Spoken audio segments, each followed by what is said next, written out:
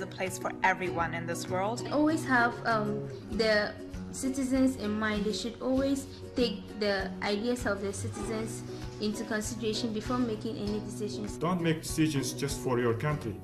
Make decisions for the whole humanity. Give youth the voice that they want to hear and allow us to be the change that you need to see. Allow the youth participate in policy makings. Also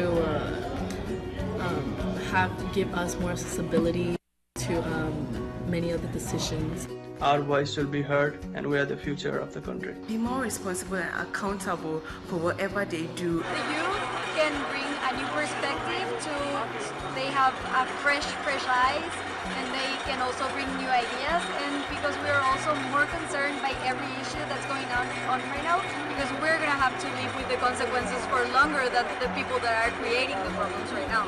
The youth can make a valuable contribution towards a more sustainable future, but they are not just future decision makers. Their voice should be heard today. Don't take the young people to the playground. They're ready, and they're ready enough to come with you and give you ideas. Because if you keep thinking inside the box, you won't see what's outside. After interviewing 37 young people from over 20 countries, we have heard powerful calls to action, and we have integrated their recommendations into our research. The recommendations show the power of the youth-focused agenda proposed in Security Council Resolution 2250. The UN system and world leaders can no longer sideline the voices of youth. Their voices must be heard. The time is now.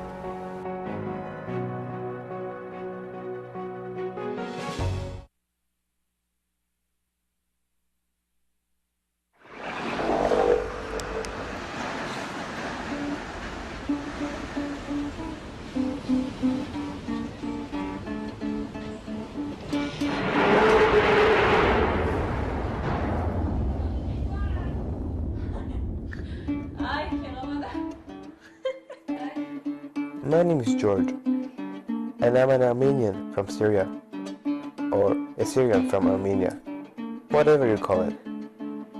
Growing up, we moved around a lot.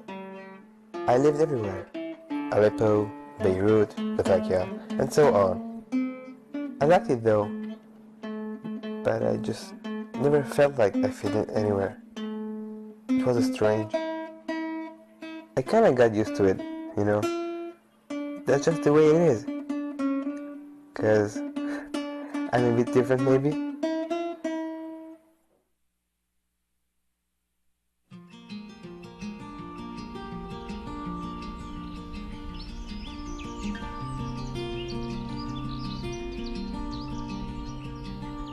I started when I was 4. My father pushed me to do it. I didn't want to try it at first, but he used to say to me, "One day, you will understand why." We used to hike out to the forest. We would eat together, sleep together, and pray together. It was us against the world. When you're out there all alone, you create these bonds with people. It's all about brotherhood. As a team, everything seemed possible. It was amazing. I have never felt that feeling before. I felt like I belonged somewhere.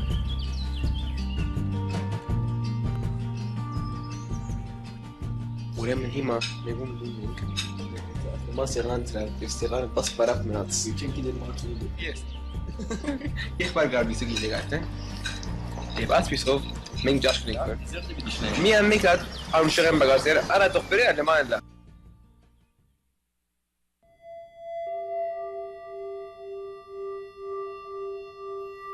In 2012, conflict began in Aleppo, and my father violently died a year after. It was devastating for me.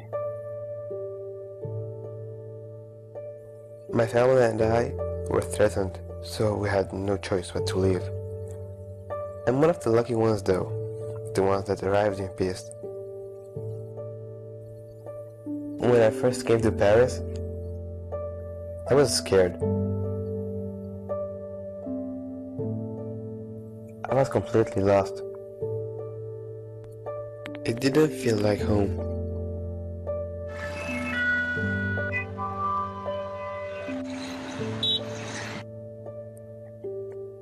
Then, I started going to school in an international class. I started meeting people. It was pretty nice. There were people from everywhere. It reminded me of scouting. We all come from different places, united here for a common objective. I didn't feel like an outsider anymore. Dad, I understand it now. Although we're out of our homes, in the wild, we got each other's backs. Each and every one of us. We're little scouts in our hearts.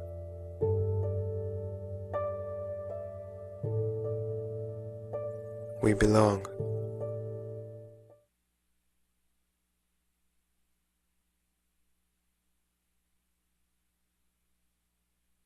Je m'appelle Yasmine, je suis fille ambassadrice pour la paix. Vu que dans notre communauté, il y a différents problèmes qui sont à la base de la non-consolidation de la paix, comme le manque d'emploi du jeune, le manque d'éducation, la non-représentativité de la femme dans les décisions de la communauté. Nous travaillons dans les clubs de filles ambassadrices pour la paix et nous apprenons aux femmes qui n'avaient pas eu la chance d'étudier qu'ils sachent lire et écrire. À part ça, nous faisons aussi l'autonomisation de la femme en apprenant aux femmes de tisser les nattes, de faire les bijoux, les pompons.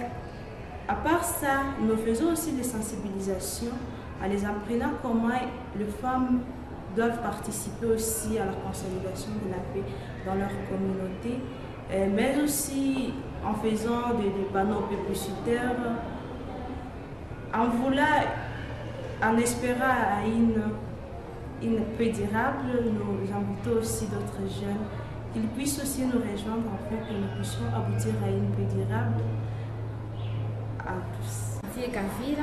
Je suis fille ambassadrice pour la paix. J'habite dans la ville de Goma, dans la République démocratique du Congo.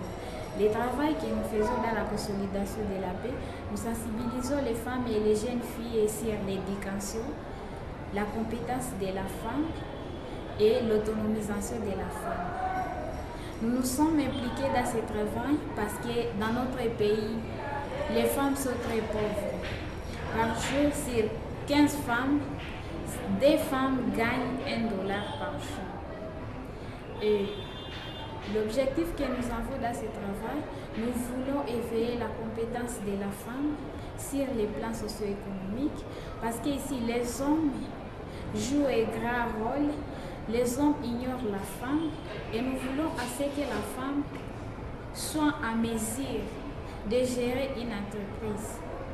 Nous voulons à ce que la femme soit aussi capable de promouvoir les familles, la communauté et le gouvernement. Nous voulons à ce que le gouvernement puisse investir dans l'éducation.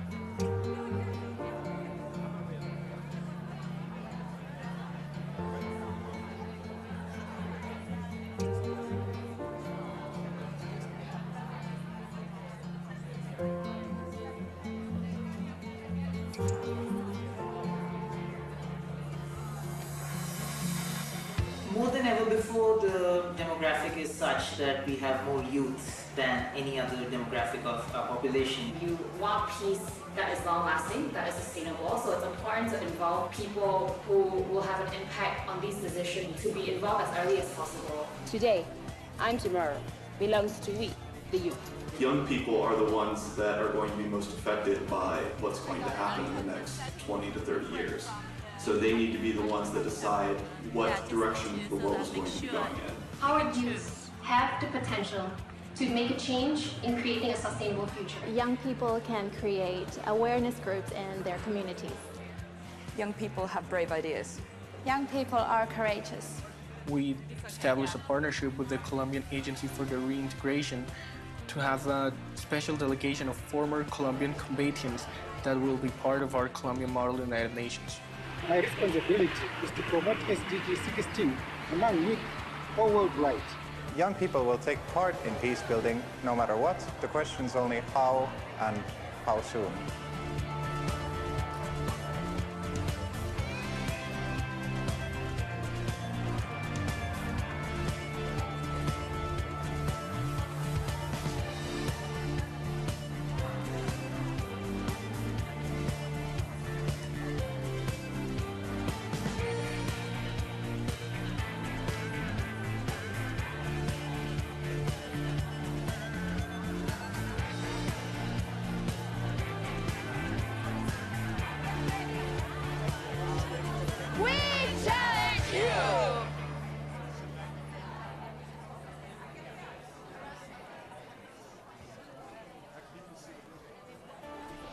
After 5 years of conflict in Syria, the impact on neighboring countries continued to deepen. Today in Jordan, 1 in 8 people is Syrian, and Jordan is hosting over 650,000 refugees. Half of them are children. The humanitarian crisis is adding additional pressure on Jordan's scarce resources and strains national institutions responsible for delivering the social services in the country. UNICEF focuses on young people's strength, viewing them as assets and resources to be developed rather than problems to be managed. And this is where UNICEF and Generations for Peace come together in order to provide young people in Jordan with a significant impact, continue to work with generations.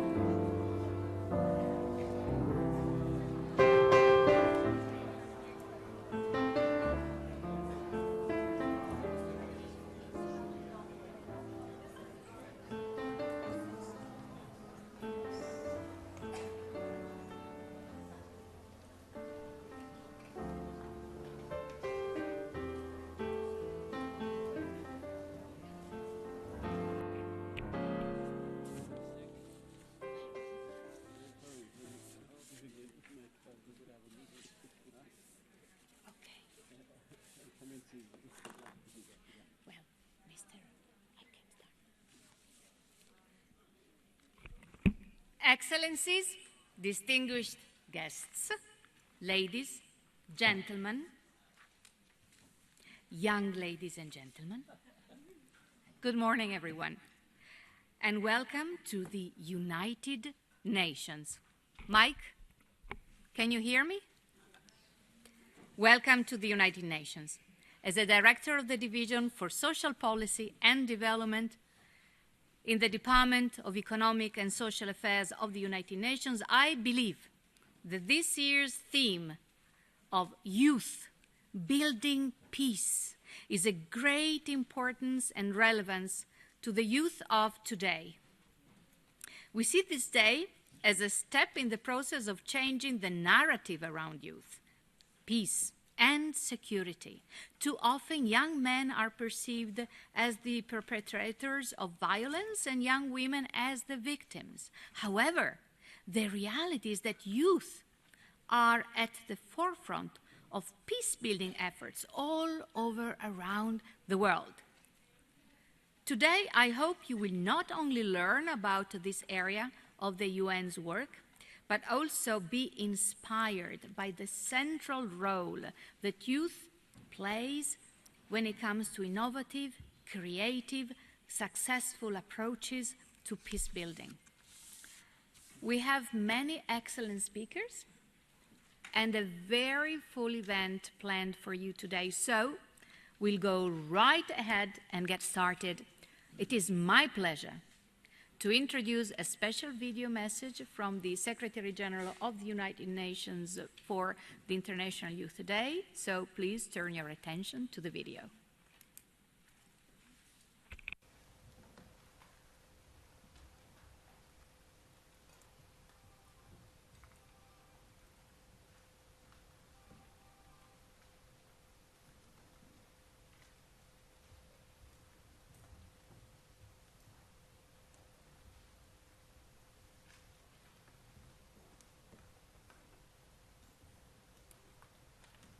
Hello, everyone. I am truly happy to address you on International Youth Day.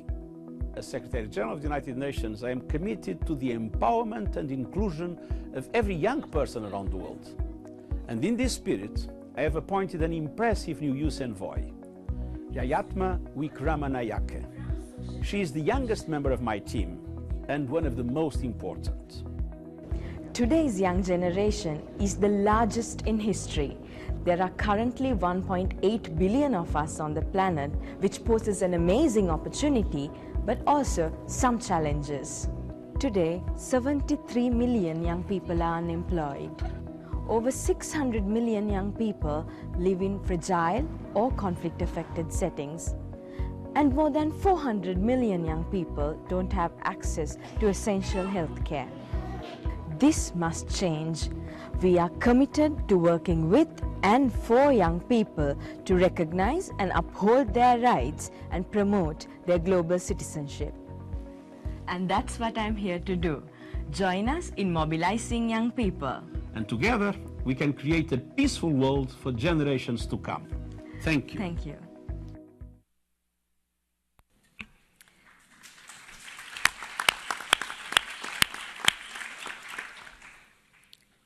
We acknowledge and thank the Secretary General's video message. And it's beautiful to see that generations talk to each other. This is the way it should be. So I would like now to give the floor to the newly appointed young Under Secretary General for Economic and Social Affairs, Mr. Yu, I'm sorry about the pronunciation, Yasmine, to give an address on behalf of the Department of Economic and Social Affairs that he leads and guides. Thank you, Daniela. Excellencies, ladies and gentlemen, distinguished guests, friends from the youth, it is my pleasure to welcome you all to the 2017 commemoration of the International Youth Day. I thank all of you for joining us today, those of you here in person and those participating virtually from around the world. I would like to extend a warm welcome to His Excellency Ambassador Sek of Senegal, His Excellency Ambassador Marilas of Colombia, and the Minister Councillor Mr. Halvor of Norway. I also thank the United Nations Interagency Network on Youth Development and the Working Group on Youth and Peace Building for their collaboration in planning today's commemoration. Under the able guidance of the co-chairs, the working group has been instrumental in the support to the growing community of practice on youth, peace, and security. I'm honored to join you in celebrating the positive contributions that young people make to promoting peace and security. International Youth Day is a chance to reflect on the global situation of youth, their needs and aspirations. It is a day to engage in a dialogue with the youth from all backgrounds and to hear what young people are doing to make a difference in their communities. Ladies and gentlemen, the 2030 Agenda for Sustainable Development and its pledge to leave no one behind is our shared responsibility. This transformative agenda and our commitment to better address violence prevention are inextricably linked. Key to their success is the meaningful participation of youth in maintaining peace. The 2030 Agenda is clear in its message that sustainable development cannot be achieved without peace and security. And peace and security will not be possible without sustainable development. Youth are agents for change. Their efforts, energy, and engagement are paramount to achieving the 2030 Agenda, including SDG 16 on promoting peaceful and inclusive societies. Today's generation of youth is the largest in the world, largest the world has ever known. Youth aged 15 to 24 account for 1.2 billion people globally. By 2030, the targeted date for the Sustainable Development Goals, the number of youth is projected to reach 1.3 billion. This large youth population presents a demographic dividend that can contribute to achieving peace, economic prosperity, and positive social change if inclusive policies are in place. Youth also account for many of those hurt by armed conflict, including as refugees and internally displaced persons. Consequently, youth have an important role to play in building peace. They should actively engage in shaping lasting peace and contribute to justice and reconciliation. For that purpose, a safe and enabling environment needs to be fostered for youth to thrive. Key to success are quality education, vocational skills, and avenues for inclusive political participation. It is also important to promote a culture of peace and tolerance. We must protect the rights of the courageous young people who act to prevent violence and build peace in their communities. Ladies and gentlemen, I would like to end by highlighting that many young people are engaged and working to promote and sustain peace. In fact, for this year's International Youth Day World Map of Events, young people, member states, organizations, and EU entities shared details about some activities they are undertaking. I encourage you to look at the map and learn about the many creative ways youth are working for peace all over the world. Ladies and gentlemen, friends from the youth, 60 years ago, a late Chinese leader shared his encouragement and hope for young people when he met a group of students. By his words, I quote, "The world is ours, but it is also yours. Ultimately, the world will be yours as you represent the future." I share this encouragement with the young people today. I'm confident that this year's International Youth Day will encourage the efforts of young peace builders to prevent violence, build resilience, and contribute to development. I thank you all for your attention. Thank you.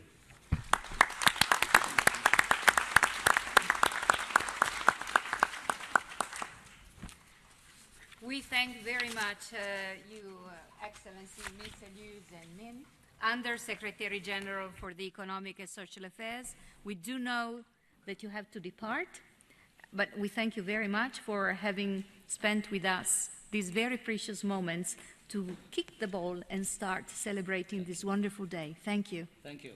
Thank you very much. I'm sorry for having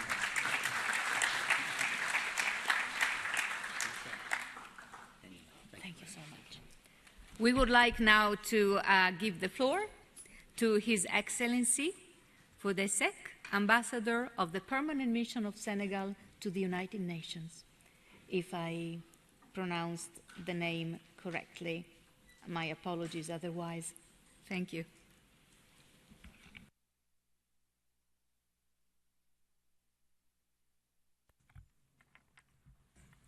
Bonjour à tout le monde.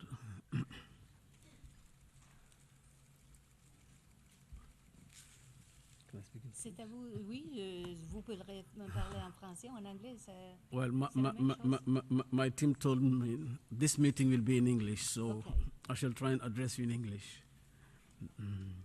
So, ladies and gentlemen, moderator, colleagues at the podium, I'm really honored to be part of this big event commemorating the 2017 International Youth Day. When I got the invitation, I said, well, maybe I should send someone younger than me. But my staff told me, Ambassador, you have to go. I said, okay, I agree, because I've been young, I have young children, but most importantly, I feel very young at heart. So in this room, I can see the youngest of all of this meeting. I call her Mother Africa. She's sitting right in the middle. Mother Queen. Mother Queen Africa, because we have been discussing all issues, but on top of that, youth ethos. So I'm really delighted to be here. More so, the theme of this meeting is youth building peace. Yesterday afternoon, I was discussing with the special representative of the Secretary General on children in armed conflict. She's new in the job, so she came to my mission for us to exchange as she's preparing for a work program on this very important topic. I come from Senegal, the westernmost part of the African continent facing the Americas. Senegal has hosted in the past the first UN World Forum on Youth. That was in 2001. More recently, the Forum of Young Leaders in Africa, only last year. So my country is at the forefront of the youth strategy for the International Organization of La Francophonie.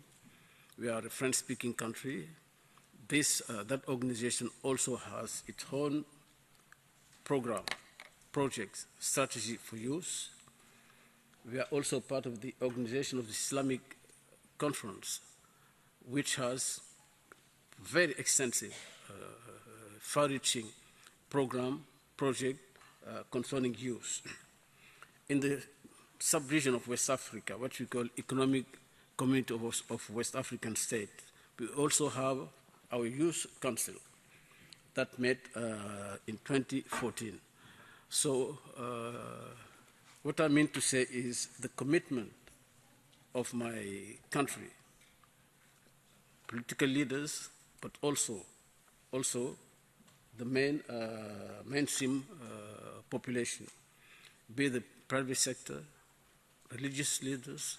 We are having more and more young people being at age of 23, 25, already religious leaders. Why? Because we are facing a very, very unusual new threat, which is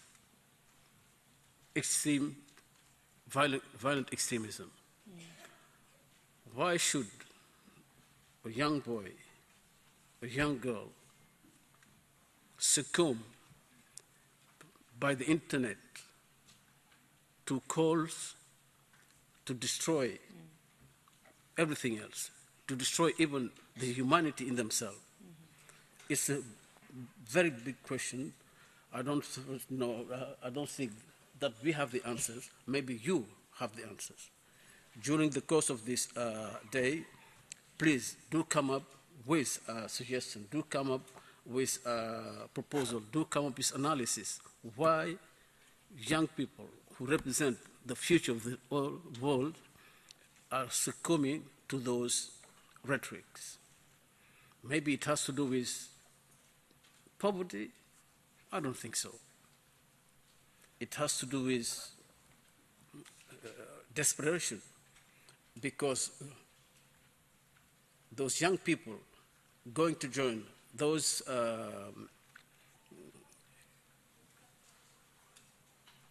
they are from all social classes.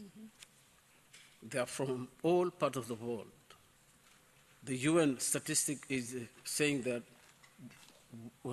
more than 110 countries have what the so-called foreign terrorist fighters.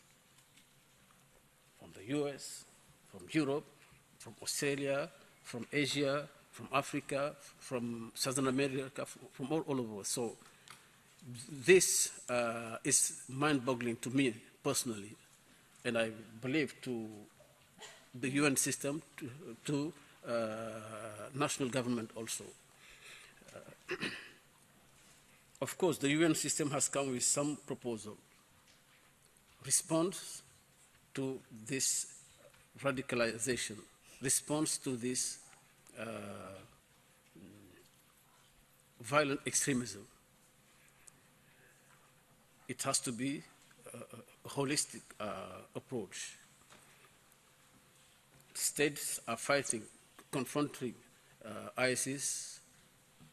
We, in the West African part of the world, we are confronting Boko Haram and the likes. Mm-hmm. In the eastern part of the continent, you've all heard hearing of Al-Shabaab, but there are many other organizations, criminal organizations also. So my question to you, because I don't have the answer and we do need to have the answer, how this phenomenon come to be, and why is it developing, and how to counter it? Big question.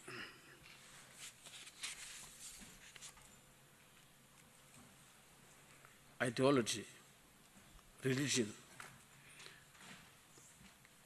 maybe the narrative they are constructing. If we don't educate ourselves to go to deconstruct that narrative, I think they're making progress. Luckily, at least in my part of the world, I know some of my country fellow women or men are in this room. Maybe they can bring their own contribution.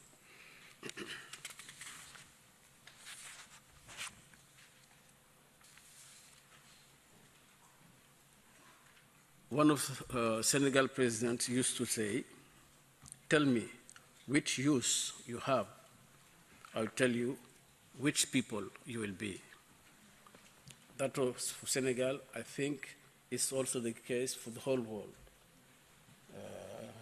I will end this, my presentation here, for you to tell us which shoes you represent for the world. And the Secretary just mentioned the World Global Program 2030 Agenda. 2030 Agenda, sustainable development, leaving no one aside. Senegal and Africa are a young continent. Up to 60 or more, 65% of the population is young. How to feed that youth, how to educate that youth, how to give them job.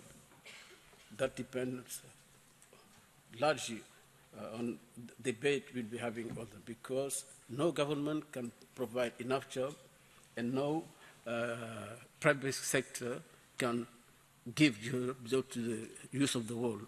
So there has to be some creativity from you, creating your own enterprises, coming up with your own solution, using this so-called information and communication technology.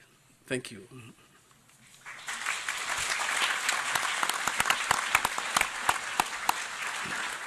Your Excellency, thank you very much. I do hope you have appreciated the trust that His Excellency has put into your hands. He trusts you to be able to provide solutions to those young people who are facing situations of hopelessness. So I thank you very much for having shown such a humble approach and show how much you acknowledge the leadership in the youth. Thank you very much. I would like now to ask to share his remarks. I've been not a good moderator. Usually I'm very strict. So I would encourage maybe the speakers to expand their thoughts, but not too much in terms of time, if possible. I would like to ask His Excellency Mr. Carlos Arturo Morales Lopez, Ambassador of the Permanent Mission of Colombia to the United Nations, to share his thoughts. Thank you. Thank you.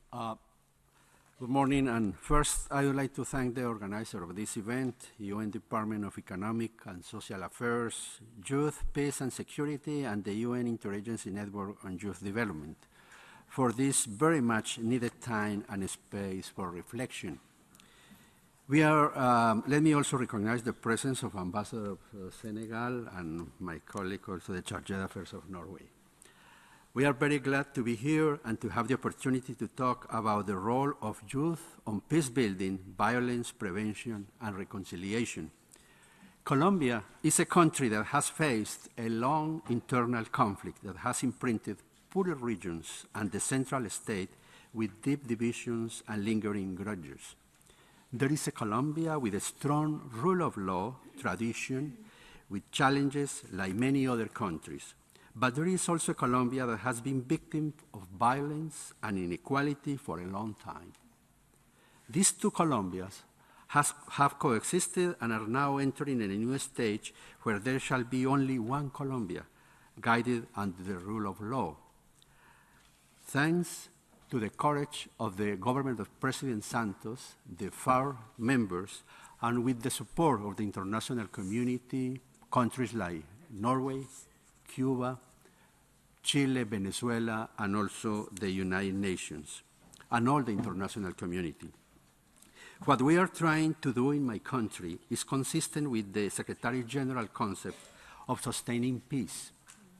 With the implementation of the peace agreement, we are addressing root causes of conflict, ending hostilities, aiming to ensure national reconciliation, and in general, setting up a series of measures to prevent recurrence. We are trying to set the conditions to prevent conflicts in our country. The implementation of the agreement aims to ensure the rule of law. In this post-conflict phase or peace-building scenario, which will take us at least 15 years, we are trying to set the regulatory frameworks and institutional mechanisms that can guarantee the prevention of future conflicts. Building peace requires a widening of democracy that allows new voices to enrich the political debate about Colombia's problems, strengthening pluralism and the representation of the different visions and interests of society, and ensuring guarantees for participation and political inclusion. To prevent new conflicts or recurrence, we face the challenge of not only the DDR processes, but precisely to strengthen the democratic culture and institutions in order to regain the trust and confidence of the population in the state institutions. And this is precisely where the role of youth is so important. We have to take the risk to think different and move towards the transformations that we have been dreaming about as a society. This peace process is designed for the young people, so they can get rid of a burden of more than 50 years of war and propose new forms of coexistence. We are now in a post-conflict peace-building scenario, and the transformation we need as a society do not happen with the signing of just a final agreement or a paper. The peace-building vision of the process requires transformation in our society, new ways to interact over new norms, laws, programs, projects, and institutional reforms. We need to work in the issue of trust and confidence in the regions. That's what the youth has to work on. How we shorten the distances between Colombians. The first way to make a change is to open dialogue scenarios to change the way we interact with each other. That's why youth is so important in this phase. They are the ones called to open scenarios in order for Colombians to coexist peacefully. We want to empower youth as agents of change, which is working to leave the dynamics of violence in which we have been involved for more than 50 years. It is the responsibility of young people to engage in peace building, recognizing that only through their commitment can a stable and lasting peace be achieved, and understanding that they must contribute to building a better future for all. We are committed to promote the organization of this population group so that the established youth groups, community organizations, and others, for them to participate actively in peace-building strategies in our country. A concrete example of the youth involvement in peace-building in Colombia is the program Manos a la Paz.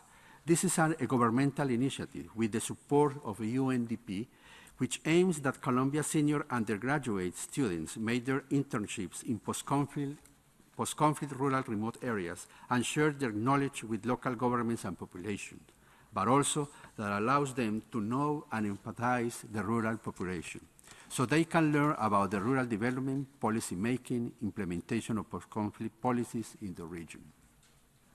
It is necessary that all countries work to promote the adequate insertion of adolescents and young people in the socioeconomic field, recognizing the difficulties they face to be part of the labor market under favorable conditions. The fact that youth policies have a regional and territorial approach is necessary for peace building. The inclusion of all in peace building is essential to achieve lasting results. We need the youth to guide us in the path from war to coexistence and reconciliation, from fear to hope and trust, and from indifference to commitment to being a part of this change. Youth, as agents of change, can think and feel different. Young people have the new capacities to propose ways of dealing with conflicts constructively through dialogue. Thank you.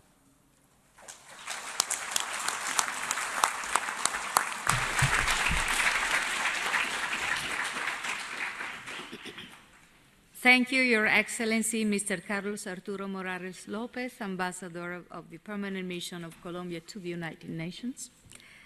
And I would like now to hear also the thoughts, suggestions, encouragement to Mr. Halvor Satre.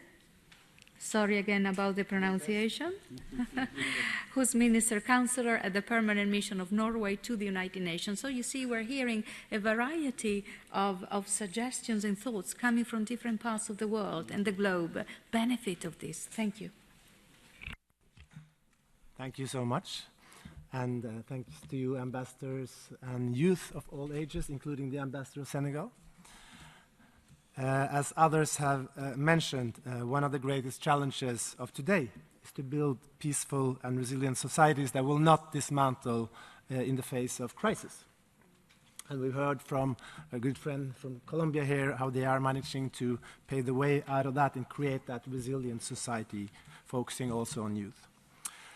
You will hear a lot today, I think, about a Security Council resolution called 2250. And that's what we do here at the UN. We work with resolutions. And I think that this resolution is particularly important because it was the first Council resolution focusing on the role, the important and positive role that youth can play, young men and women can play in maintaining and promoting international peace and security. And I think it's a good example today because it shows that all this talk that we do at the UN can sometimes make a difference. This resolution has changed our thinking, and changed thinking is the first step to change your actions. So I'm glad that we can prove that the UN resolutions actually can mean something. And I would like to focus on 3 potential conceptual traps that you can help us avoid, that we often fall into when we discuss youth at the United Nations. The first one is the trap of generalities, or as youth might say, the trap of general bullshit, that we do a lot here at the UN. Because since everybody agrees that youth represents the future, it's pretty banal, we often end up in saying pretty banal generalities about the role of youth. And often based on assumptions that have not been fact-checked. So I'm glad to see that we're now moving away from this trap gradually to more and more evidence-based and tailored approaches working with youth in this field. Second, the trap of negativity. So if we only see youth through the lens of conflict as potential troublemakers or victims, we are bound to end up with unbalanced approaches that may even be counterproductive. While we must understand better how youth can be vulnerable in the face of conflict, we must also understand better how they can contribute to positive peace, all those small building blocks that form resilient and prosperous societies. And the third is the trap of gender bias. And this trap is sometimes invisible and unconscious. But if we are not careful, we risk falling into it. And time again, we do that in our own countries and also here at the UN. That's why we have to be particularly conscious of understanding in everything we do, the different roles of girls and boys in our work. Now, a few words about Norway's experiencing following this resolution 2250. In June 2015, Norway's Prime Minister, Erna Solberg, hosted an international conference on youth against violent extremism. And following this conference, Norway has supported the so-called Youth Civil Activism Network, Youth Can. And I can also say that our Prime Minister personally has made a point of listening more actively to young people after that conference. Youth Can equips young people with skills, opportunities, networks, and resources in order to build resilience within their communities. It's now got more than 1,000 members across 125 countries, and the network is still growing. So maybe you are a part of it, and check it out. And one of the things that they've been doing is organizing so-called innovation labs that are platforms for networking and skills building. And such innovation labs have taken place in Amsterdam, Budapest, Madrid, London, Oslo, and Tunis after this. So maybe we can have more and make this network spread. And last year, with Norwegian support, Youth Can conducted a survey of the UN Secretary General's Plan of Action to prevent violent extremism, one of the products after the resolution. And more than 100 young people from 43 different countries participated, analyzing this resolution, this action plan, and coming up with recommendations on how to invest in the education, capacity building, and skills development of youth. And Norway now promotes education as one of our main priorities in our development cooperation. So this is a discussion that we're all learning from. And dear friends, just towards the end of this, youth can lead and inspire. We trust in you, as was said here. And just one example from Norway proves this. In 2014, Muslim youth in Norway organized a rally against violent extremism and hate and gathered in front of the Norwegian parliament. Less than a year after that, Norwegian Muslim youth organized a ring of peace around the synagogue in Oslo, which resonated in the media around the world. And I get goosebumps when I think about it, because this was very young, normal youth who actually made this initiative, and they made a difference. So you can do these things. And both events confirm that you can make that difference, and you can help us uphold our common values. So moving forward, we should continue to address the institutional barriers youth face at the local level, involving local actors, not only in the big cities, in this work. So just now, finally, I really hope you will enjoy these discussions and won't be too boring for you, and that you will feel that it makes a difference for you. But I also hope that you will have fun and party a lot while you're here. And please tell us where the party is. I thank you.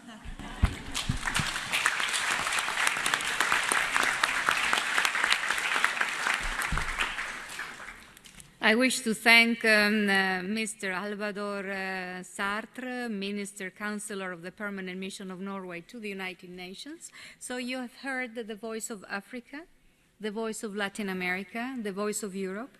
Maybe you will not hear the voice of the United States of America, but it is present here. I noticed that there are a few police people from the New York Police Department. Welcome to this conference.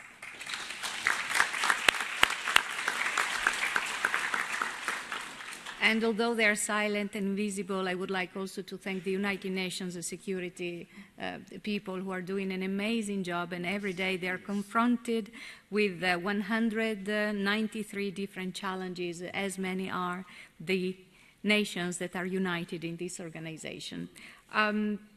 before concluding, and thanking again the panelists for this opening, and ask the other panelists to join us while we are going to watch a video. You see, what you have heard today is what I could call the Esperanto of the United Nations. It might sound to be a very dry, difficult language, the one we use here, and complex and complicated, and it is. But this is the language that 193 countries have found help us to communicate. This is our Esperanto. So it is different from the language that the young people use, but it gave you the possibility to be exposed to this kind of language that you might use in the future and maybe improve it and simplify if possible. But keep in mind that this is a language that is uniting here 193 countries with different cultures, values, religions, languages, habits. And yet, we are asking you, coming from 193 different countries with a different age than the one represented on this podium, to find your Esperanto and make sure that it brings peace and security to the world. Thank you very much to the panelists and the speakers, and we would like now to conclude the opening segment with a big applause.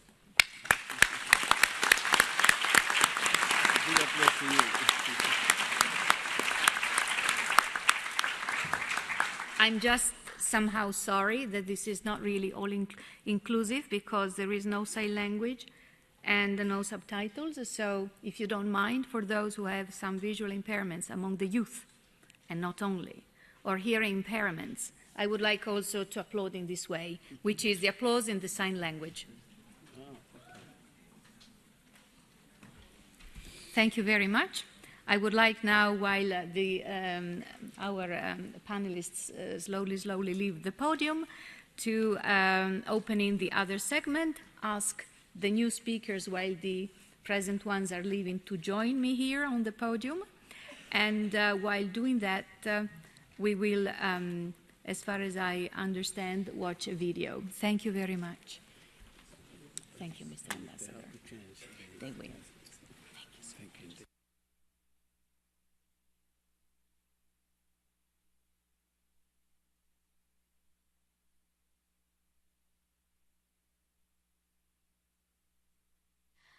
My name is Jatma Vikramanayaka, and I am the United Nations Secretary General's Envoy on Youth.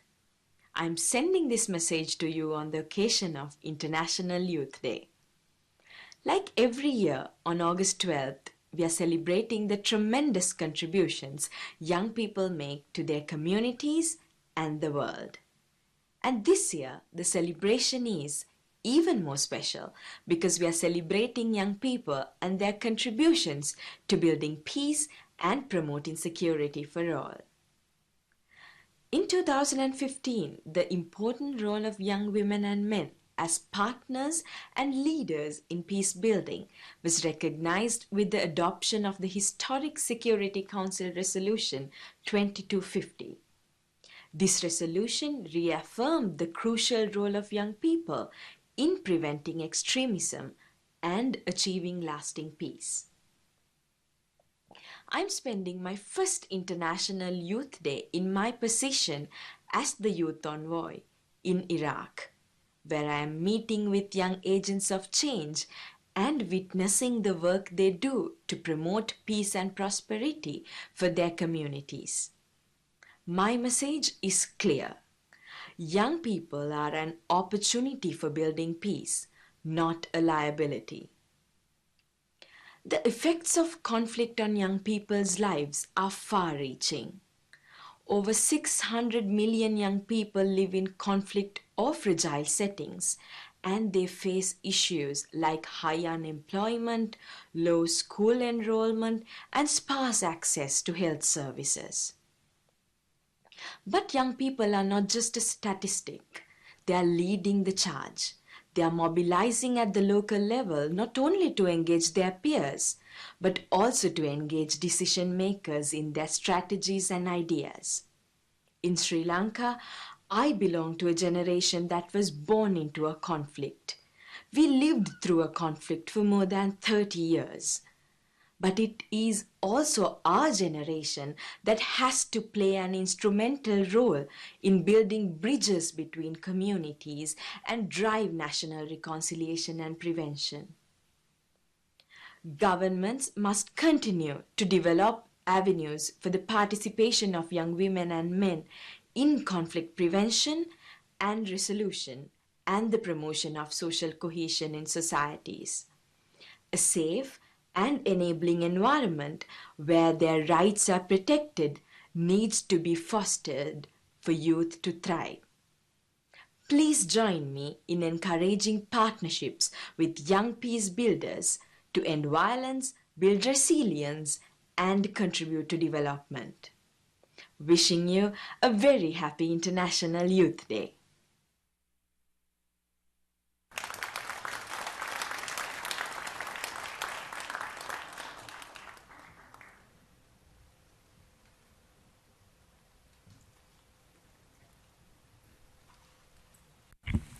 Change of scenario. Hello. So, thank you very much and welcome again. Our division organized this International Day of Youth and this event with the Working Group on Youth and Peace Building together, which is one of the several working groups of the United Nations Interagency Network on Youth. We call it UN-YAND. And I would sincerely like to thank these colleagues for their excellent support and collaboration. We already heard that youth accounts for around 18% of the world's population, and some of the poorest countries in the world are home to the largest proportions of young people. So to address in an adequate manner the needs and desires of these young people, their inclusion indeed is paramount. The Department of Economic and Social Affairs is the focal point on youth for the whole United Nations system, and it is housed in the Division for Social Policy and Development that I have the honor to lead. And within the division, there is a team led by Nicola Shepherd, specifically working on youth issues. I do know that you all know Nicola, who doesn't, and she's doing an amazing job, and I wish to thank her a lot for that. Around the world, and particularly in conflict-affected societies, pervasive stereotypes often view young people as perpetrators of violence, as we have heard from the ambassador of Norway. However, we must also recall that the majority of young people are not engaged in violence. And in fact, on the contrary, you denounce it. So the youth and the peace building agenda at the United Nations really highlights the need for inclusivity in matters of peace and security and of creating avenues for youth engagement. My father, he's 82. But when he was a young child, he was 8 or 9 years old, he had to go through a horrible thing called the Second World War. And he told me the things he has seen when he was that age and how traumatic it was. I won't go into detail, but I believe that keeping in mind and talking to people who had to go through those situations, be they they're old or young, many young people are facing these situations nowadays in many parts of the world. I believe that enough should give us the strength, the power, the motivation to have a world where peace and security are the words we want to pronounce, are the things we want to share with our peers, are the things that we want to tell to the next generations. That's what we want to teach and learn and share. Sorry, I didn't read what's written here in the speech, but I thought I really wanted to share with you what I have learned by listening to my parents. And I hope that you will not forget, study history. History is so important. It tells us where we come from, and based on what we're doing now, where we could end up in bad or in a very positive manner. Another thing I would like to share with you. You see, in the division I lead, we house the focal point on youth for the whole UN system, yes, but also on persons with disabilities, on families, on aging, and on indigenous peoples. And you know, one of the beautiful things about indigenous peoples is that whenever they take a decision, before taking that decision, they think how that decision is going to impact the next 7 generations. It's amazing. This is the way we should be thinking whenever we take a decision. Forget about the pride, forget about lack of education, but common sense for the well-being of people should lead us to promote peace and security, and dialogue is very important. Sorry, going back to my TPs now. So, indeed, the Sustainable Development Goals, particularly Sustainable Development Goal 16, on promoting peaceful and inclusive society, is a crucial gateway for the participation of young people in development. So when young people are excluded from decision-making and from contributing to development, it can definitely adversely affect social cohesion and result in less inclusive and responsive national institutions. With inclusive policies in place to ensure the integration, the dynamism, and the creativity of youth, we then are sure that we can leverage and achieve the sustaining peace and prosperity for all we are here today to discuss about and find innovative solutions, or all the solutions, whatever, as long as it works. Thank you so much. This was the end of my remarks. And now I would like to pass to my role as moderator. So I'm really, really very pleased to give the floor to Mr. Henk Jan Brinkman to speak about the UN youth role and how the United Nations, through the Security Council Resolution 2050, and you can promote peace and security, and the progress study it requests. Lots of research, analysis, and then implementation. I look forward to hearing more about how you all and the speakers here are seeking to find solutions. But I would like to say something, and then I promise I close here. What I hear, I forget. What I see, I remember. What I do, I understand. So be doers of peace. Thank you.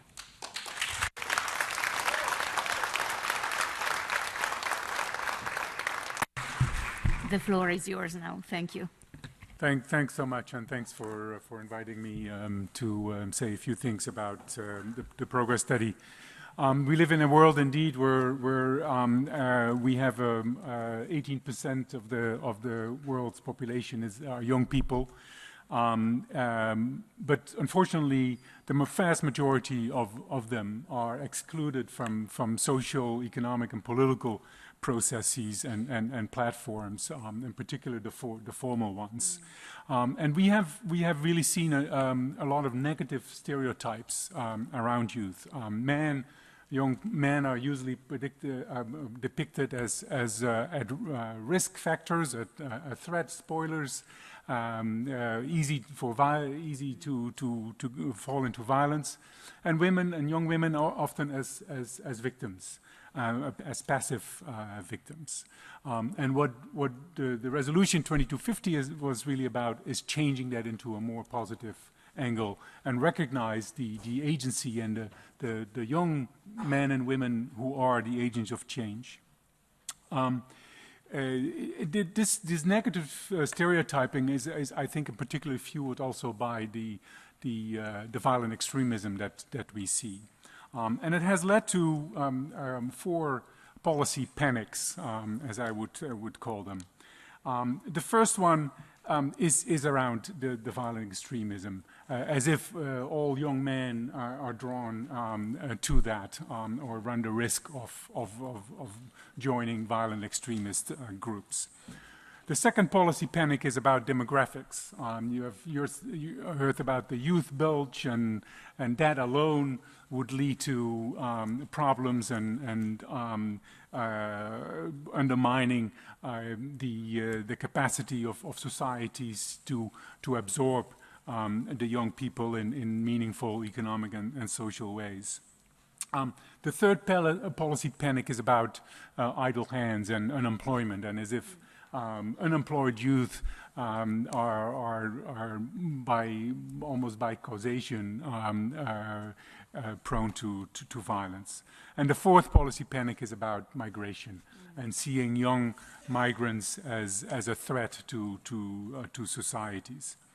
And so these monocausal explanations are really too simplistic, and it doesn't reflect the complexity and the heterogeneity of the young people's lives throughout the world in the various regions and countries. So Resolution 2250 was really quite a watershed event. We had done in the UN system some work on emphasizing the positive role. We developed guiding principles on young people's participation in peace building, and we developed a practice note to reflect all these positive experiences. But we were very happy that the Security Council actually embodied that in a resolution. And Jordan in particular played a very important role when they were a member of the Security Council to push this forward. And the progress study that the resolution asked for really wants to build on this resolution and build on the energy and the creativity and all the positive stories and activities that are being employed by young people in support of peace and security around the world. The Secretary General last year on International Youth Day appointed the lead author for the study and an advisory committee that includes a lot of young men and women. So we're very happy about that. The young people are often referred to as the future, but they're really the present. Our Deputy Secretary General has been very eloquent in expressing that thought, that we need to engage with young people now. We need to give them voice. We need to give them the agency and the leadership, to support the leadership, so that they actually can play the role that they want to and should. And that is really also the role of the study, that we listen to young people around the world. And there's consultations going on in all regions of the world and in various countries. We're reaching out also to what we call hard-to-reach groups through focus group discussions. So to really build on the reflections of the young people around the world and the contributions that they make to conflict prevention, social justice, reconciliation, inclusion, and sustaining peace, and of course the 2030 Agenda for Sustainable Development with the 17 Sustainable Development Goals. And a report which we plan to present to the Security Council in early 2018 really should lay out a strategy for the next 20 years that we can use as our guiding star to make sure that we invest in that the agency and the voice of young people and make sure that they do have a more prominent and recognized role and are empowered to play that role throughout the world. Thank you very much. Thank you. Thank you, Henk-Jan. Thank you very much for this informative presentation. I now invite you all, including myself, to watch a presentation by Ms. Rashmi Thapa about the results of the Global Survey on Youth-Led Organizations Working on Peace and Security that was undertaken by the United Network of Young Peace Builders and Search for Common Ground. Rashmi Thapa will introduce herself in the video presentation, and I'm very, very thankful for her contribution.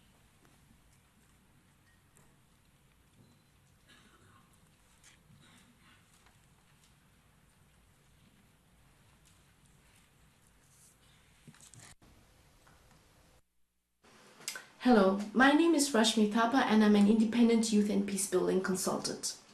I'm delighted to be presenting a summary of the findings of the Global Survey on Youth, Peace and Security, the report of which is entitled Mapping the Sector, Building Evidence on Youth-Driven Peacebuilding.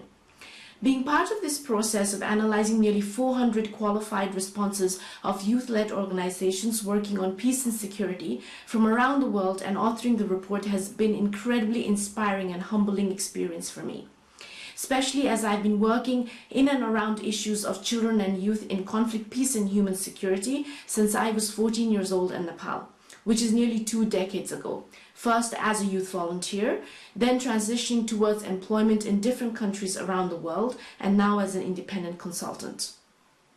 During this piece of important evidence gathering, I was able to revisit the remarkable work reported by youth-led organizations, reflect on why it is still as relevant, if not more important, to work on this topic even 20 years on, and summarize major recommendations for different audiences that can support in implementing an effective strategy on youth, peace and security. Working with the United Network of Young Peace Builders, UNOY, in this process was particularly fascinating as it is the global network of youth-led organizations. Led by youth, UNOY has been at the forefront of advocating for the UNHCR 2250 and is one of the steering committee members of the Progress Study. The survey conducted online through Youth for Peace info portal gathered responses of the activities, achievements, challenges and needs of youth-led organizations. And I will today attempt to give you a brief overview of the findings. The youth-led organizations indicated that despite operating in various challenges, such as working in ongoing conflict contexts, mistrust between youth communities and government, and with widespread manipulation, they are engaged in noteworthy endeavors for peace and have achieved remarkable successes. These achievements include integrating youth in national, local, and international decision-making processes, preventing violence in their communities, and creating formal and informal employment opportunities, etc. A majority of youth-led organizations operate with limited funding, with 49% of them operating under $5,000 per annum, and only 11% operating with $100,000 and more per annum. Despite the variation in funding, there exists a common thread of the type of activities that these organizations implement, such as training, capacity building, advocacy for inclusion of youth in decision-making structures, both informal and formal, organizing events, and implementing social cohesion type of projects, etc. Now, because of the disparity in funding, the lifespan impact on the activities vary from one-off to fully established projects. The average age of the leadership of these organizations was 29 years old for male and 28 for female, and they operate with 97% volunteers or unpaid staff. They target youth as well as relevant members in their communities, such as local and national decision makers. Their main strength is in their ability to mobilize youth and communities, create an open organizational structure that is built on trust, value, sense of belonging to a common vision to do something for their community. They express that their main needs is in funding, trainings and capacity building to monitor their activities, and a platform for expanding relations, partnerships, learnings, and exposure at all levels. In this light, some of the main recommendations that came out of the survey were, firstly, that there needs to be innovative investments in this sector in youth in peace building, making funding systems built on distrust or mistrust work for organizations that are working or built in trust. Funding that should go beyond small grants, needs to discuss with YouthNet organizations to understand their needs before funding is made available, and also look at what is the role of international organizations in this kind of funding stream. Indicators for effective policy and programming needs to be developed. Currently, we have no agreed ways in measuring youth participation. So we need to have general agreements on the aim and achievements, the aims of youth engagement in peace building. And we also need to build work already done in this sector or in other sectors of youth community. We need to be able to share knowledge and pool resources so that we are working in an integrated approach. And finally, partnerships. Really need to practice what we preach, work with young people. We need to have partnerships at local level with local insights and access, partnerships at national level to create legitimate processes, and partnerships at international level to reduce risks-driven agenda. Thank you.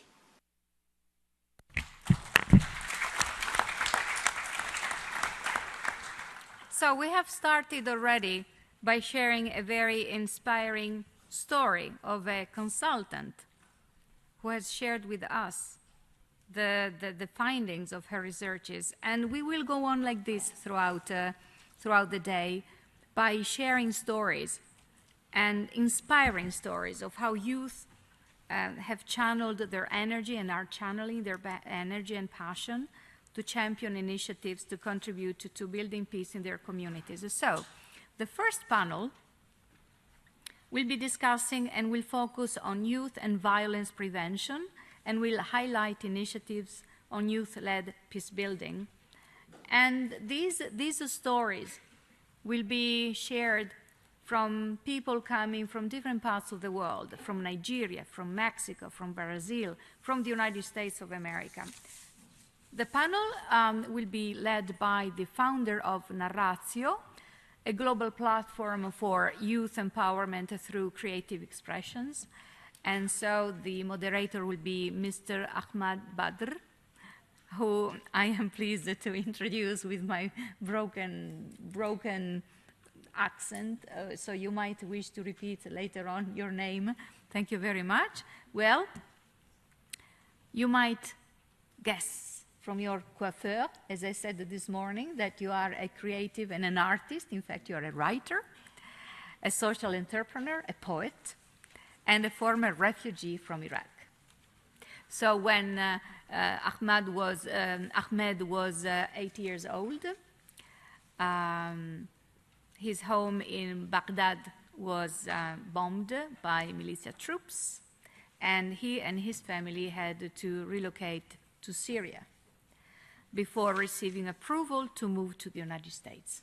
So Ahmed is a rising sophomore of Wesleyan University and is currently working with the UN Migrations Agency as the host of Together podcast. The second discussion will focus on sustaining peace and will highlight the work of youth in trauma recovery and living in the aftermath of conflict.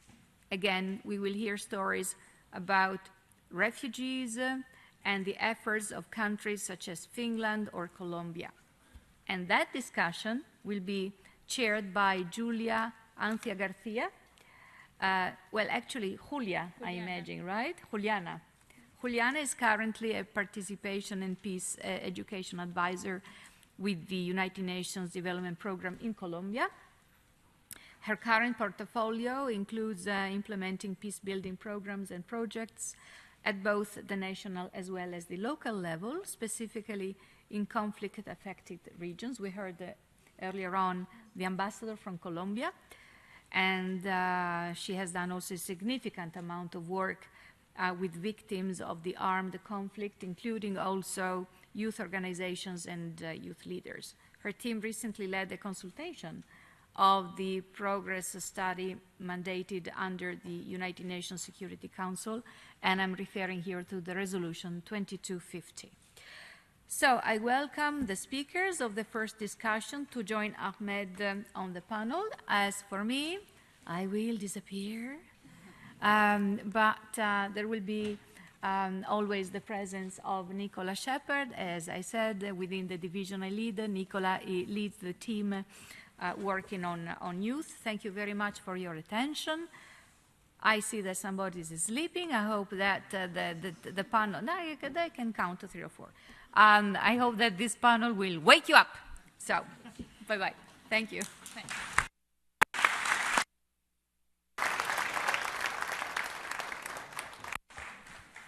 Thank you so much, Ms. Bass. I want to thank the earlier panel and invite my fellow panelists for our first discussion to come on up so we can get started.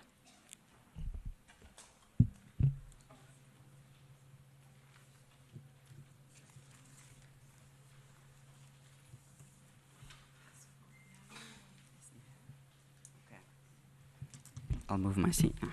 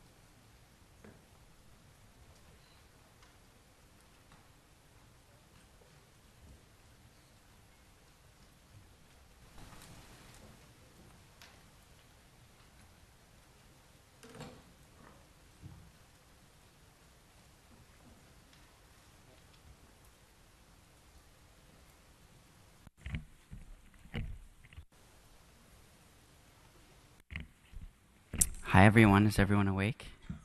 Just make sure everyone's awake. The youth have arrived. This is us.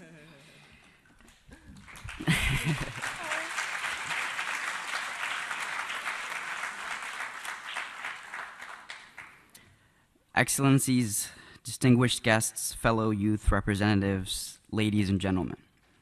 Thank you for joining us today for the celebration of International Youth Day. This year, the first discussion will focus on youth-led peace building and violence prevention.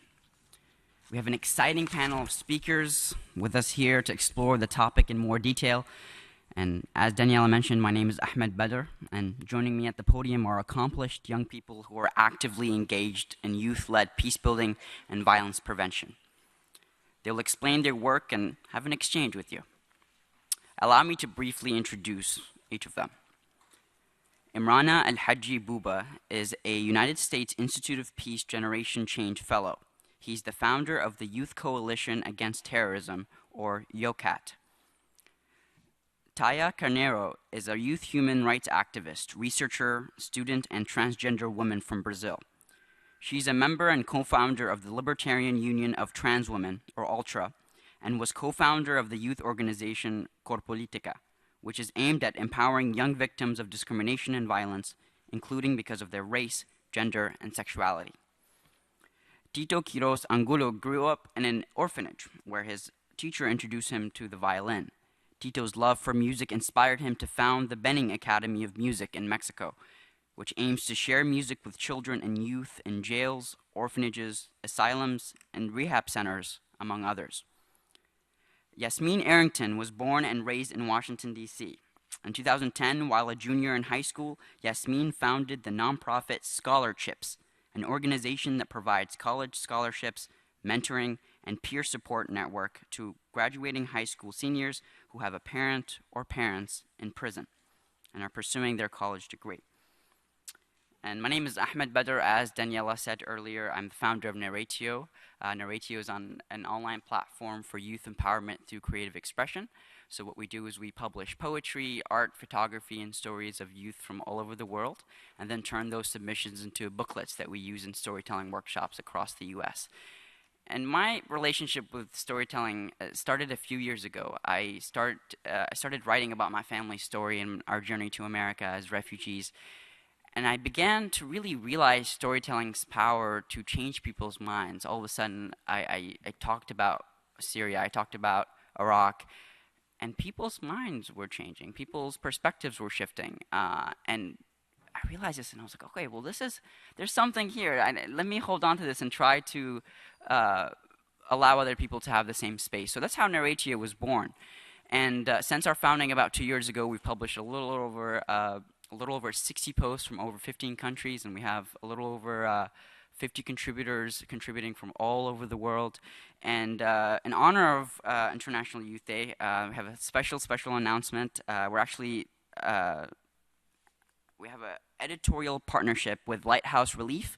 This is going to go up tomorrow. Lighthouse Relief is an NGO that provides emergency and long-term support to refugees in Greece, and with a focus on women, children, and youth. And most recently, Lighthouse Relief has assisted young asylum seekers in the Ritsona refugee camp to develop a youth-run magazine that boldly showcases their experiences and creativity through art, writing, and poetry. And starting tomorrow on the Narratio site, we'll be posting some of these poems from these refugee youth in Greece. So if you head to narratio.org, you'll see that tomorrow. That's narratio.org. Now, we're ready to get started. We're past the formalities. So today, you'll hear from individuals of all backgrounds, and each is united by a need to empower youth and make the world a better place. So we're going to get started with Mr. Imrana. Imrana, your organization, Youth Coalition Against Terrorism, YOCAT, is a youth-based organization working to unite thousands of youth against violent extremism through 46 chapters in Nigeria. These chapters promote peace education and provide skills training and psychosocial support to young people affected by Boko Haram. In your local context, Boko Haram has carried out a regular series of attacks against Nigerian security forces and civilians since 2009, killing approximately 20,000 people and displacing 2.6 million more. Can you tell us a little bit more about your work and how you first got involved with peace building? Okay. My inspiration to start a peace building work started from my experience with violence, specifically violent extremism. I am from Yobe State, which is in northeastern Nigeria, which is the hotspot of Boko Haram insurgency. And the insurgency affected me directly. 2 of my family members have been victims of a bomb blast during one of the several attacks. My neighbor and his father were murdered. They were slaughtered in cold blood for nothing, just for not believing in the ideology of extremists. And my friend was kidnapped for almost 3 weeks until his father was able to pay a ransom. And personally, I have encountered with Boko Haram extremists in June 2010 when I was coming back home after my first registration in the University of Maiduguri. And Maiduguri is where Boko Haram started. So they stopped my bus and they started to ask people to show their IDs. They normally pick out people that work for government or students. And luckily, it happened that I don't have any ID with me. So I was the only male passenger that survived that attack. I was left unharmed. But that experience redefined my vision and inspired me to do something about violent extremism. And when I look at the nature of the violence, most of the perpetrators and victims are young people. So that is when I founded the Youth Coalition Against Terrorism, which is a volunteer-based, youth-led organization that aims to unite young people against violent extremism through peace education programs in schools and skills acquisition training for unemployed young people. Not that when I started, I was just 17 years old. first-year student in the university. But since we started in the past 7 years, we have succeeded in establishing 46 peace clubs in schools where students learn about culture of peace and tolerance. And we also noticed that most of the people that join violent extremist groups, they do so because they are vulnerable. Some of them, they have legitimate grievances. For example, unemployment. So we started skills building training where we train young people on skills, and we match them with those that have the skills so that they can acquire skills and start business. And recently we started amplifying voices of the victims of terrorism, that after participation in the United Nations Counterterrorism Center's meeting, because we understand that voices of the victims of terrorism is very powerful, especially voices of young people that have been affected by violence. It can help weaken the appeal of violent extremism. And that is the main area of our work. We also do trauma healing program, which is one of the areas, because we noticed that if you leave the victims of terrorism unchecked, most of them will grow up believing that violence is the only solution to coping. So we started peace education and mentorship for student program, which is like our normal peace education program, but it has a kind of trauma healing activities where we use sports, theater to help the student overcome the trauma and move on. You started this organization when you were 17. Can you tell us a little bit more maybe about the lessons that you've learned and some of the obstacles that you've faced? The greatest lesson is that I learned that young people have a role to play in promoting peace. Youth have a unique power to promote a culture of peace and tolerance in their communities. When we started, we are all young people. We started with nothing other than our just dreams. We just like want to do it. We are just passionate about it. We started 100% volunteer based with zero budget, but we have succeeded in doing a lot. And this gives me hope that if young people are given roles, are given opportunities to play a role in promoting culture of peace and tolerance in their communities, they can do it. Thank you, Imran. I think it's really, really important to note that one of the most powerful things that can happen in one's life is when you turn a negative into a positive. And you really took that initiative on, and now you're empowering people that were maybe in your situation before. So thank you, Imran. Thank you. So I want to kind of switch gears real quick and talk to Taya. So Taya, you're a human rights activist. You are a youth ambassador, which is a program run in partnership with the United Nations Office on Drugs and Crime, UNODC.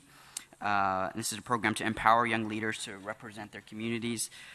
In Brazil, discrimination can generate violence, and it's affected by historical inequalities across the country. In particular, you're concerned with empowering youth to face a society that is sometimes not interested in their integration and their full participation. Why and how should youth be placed in the center of discussions of violence prevention efforts in Brazil? I believe that the main reason that youth in Brazil are the major victims of violence. Between 2005 and 2015, we had 318,000 assassinations of young people. That is almost the total population of Iceland, decimated in 10 years. And by saying youth, I'm not saying that it is a homogeneous group, because we are as diverse as Brazilian population. And some groups are much more vulnerable to violence than others. I mean, as the racist country we are, 71% of those youth murders were directed to black people. Every 23 minutes, a black young man is murdered in Brazil. These youth killings are also caused by sexist discrimination. In those 10 years I mentioned, there were more than 50,000 killings of women. And LGBTI youth is also very vulnerable to violence in Brazil, as we have the largest amount of LGBT-phobic killings in the whole world. That makes me, a transgender woman, to have a 35 years old life expectancy, while the average society has 70. The majority of us don't even get to be adults. So, even though we have all this data, discrimination is often neglected in the security agenda, especially when we talk about LGBT phobia. We are often told that there is no link between discrimination on gender identity and sexual orientation and peace and security. And I wonder, isn't it enough that LGBT people are suffering terrorist attacks, being tortured, burned alive, raped, spanked, disfigured, shot to death, and bodies literally thrown in dumps in my countries and in many others, only for their sexual orientation and gender identity? It is more than proved that LGBT phobia can lead to violent extremism, and it does, including violent responses to discrimination, as we see the rise of a career militia in Syria.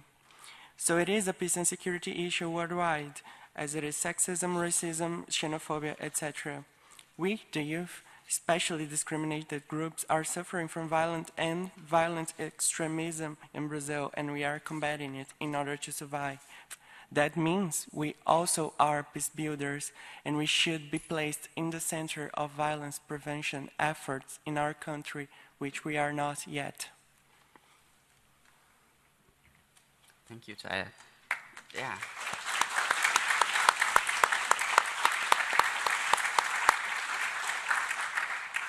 You talked to us about the dire security situation in Brazil. I want to know more about the role that you're playing and the role that your work is playing to address these issues.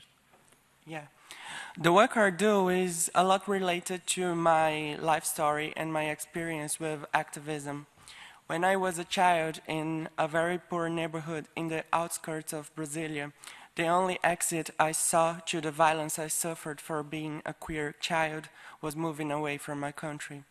I dreamed of coming here to the United States as I saw it in the movies, and I thought there I will be safe.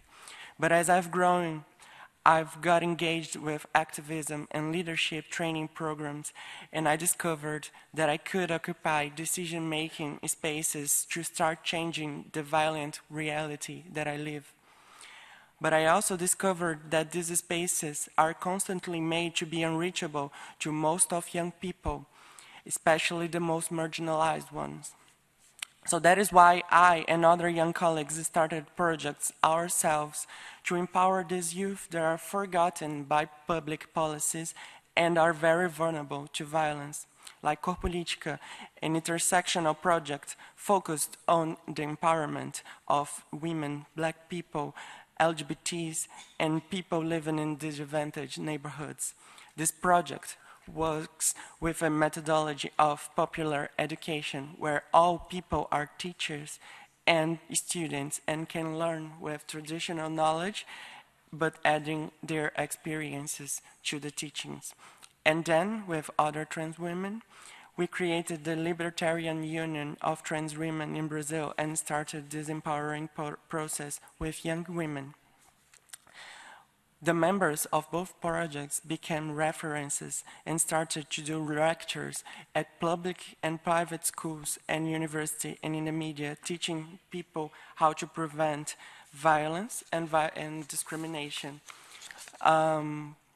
And we do advocacy with lots of organizations and the government itself and also the police, teaching them that we are not originally a threat, that marginalization is the reason why we are often involved in crime, and that police can also work on changing this excluding process by helping us dealing. So now we stopped dreaming of moving out of our countries and we started believing in ourselves as change makers and peace builders as we truly have become. Oh, thank you. Thank you, Ty. That was amazing. And I think hearing you talk about your work is just, first, it's amazing to witness your courage, and it's an honor to be able to sit next to you. And also, your courage is also a testament to your resilience. And so thank you very much. Yasmine, So your organization, Scholarships, was founded from the realization that having a home life with an incarcerated parent created barriers to education. And I want to know what inspired you to create this organization, and why is it important to end the cycle of exclusion? Excellent question, Ahmed. When I was a junior in high school, I was about, 16 years old, and I was encouraged to apply to a program called Learn Serve International. Learn Serve International is a nonprofit based in Washington, D.C. that teaches high school students about social change and social innovation. How can we do it? Why is it important? And along in the program, our cohort leaders ask us a question to shake us up. They ask us, what pisses you guys off? We said, what? What pisses you guys off? Look into your own lives. Look into your communities, your schools, your homes, and identify 1 to 2 issues that bother you, that make you want to see improvement and to see change. For me, that issue was and still is mass incarceration. Why? One of the reasons is because, like my colleagues on the panel, it is an issue that has affected me directly. My biological father has been in and out of jail and prison my entire life. And currently in the United States, give or take, over 2 million youth have an incarcerated parent or a parent that is in jail or prison. And then the next question was, all right, well, you've identified an issue. What are you going to do about it? And that was the pivotal moment where the youth, and including myself, had the opportunity to not wait and look for other people to start a movement to create a solution. But it was saying I had to ask myself, okay, Yasmine, how in the world can a 16-year-old possibly help to solve mass incarceration? Well, for me, as a junior with really no parents, my mother died when I was 13 years old. It was just my maternal grandmother, myself, and my 2 younger brothers. The question became, how am I going to pay for college? And so my grandmother and I were researching scholarships online so that I could be able to afford to go to college. And one evening, my grandmother said to me, you know, Yasmine, I don't see any scholarships for youth with incarcerated parents. So that was the aha moment. And that is how scholarships for children of incarcerated parents was born. So that started in 2010. To date, we have awarded over $100,000 in college scholarships to 43 scholars. I never met, thank you. And our first seed grant was from Ashoka's Youth Venture, who you will hear from Mohsen from Ashoka's Youth Venture in the next panel. Yeah, the statistics are insane. What is it, like 70% of youth with incarcerated parents become incarcerated themselves. Through your work now, the organization, how long has it been since you started it? Since 2010, so since about 7 years. About 7 years. What have you? What change have you seen in the youth that you've worked with? Excellent question. Well, one thing I'll say is, and I'll go back and answer that question. So, you know, this idea that 70% or, you know, most of the young people who have incarcerated parents will be or expected to be at some point incarcerated themselves. As some of you know, especially for, you know, where I'm from and being an African-American woman, 1 in 3 or 1 in 4 black men are expected to go to jail at some point in their lives. In Washington, D.C., there is a history of violence, especially in the 80s when there was a war on drugs and the crack cocaine epidemic. We've seen numbers go from 10,000 to hundreds of thousands to millions of people across the country imprisoned. And so, but what I will say is, scholarships represents more than just college scholarships and mentoring, which is important. I think education serves as exposure. So in terms of the youth and how I've seen them grow and change, one thing that remains constant that I see is that they're very resilient, and they have grit, and they have passion, they have desire. But being a part of the scholarships program, I see them becoming this burden of shame or embarrassment or anger or confusion about their parents' incarceration when they see when they see their peers and other youth talking about it, talking about their story, and instead of hiding, embracing a part of their story, but also realizing that they can move forward, that their past, their familial past does not have to determine their future. So the last thing I'll say in terms of seeing how it has impacted them is what the larger idea is, the accomplishment, is to break these chains, break these cycles of intergenerational incarceration and poverty. Mm-hmm. Yeah.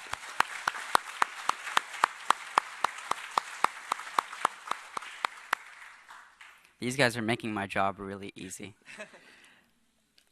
Tito, so for your work with the Benning Academy of Music, you started this organization that aims to, or this academy that aims to share music with children and youth in jails, orphanages, asylums, and rehab centers.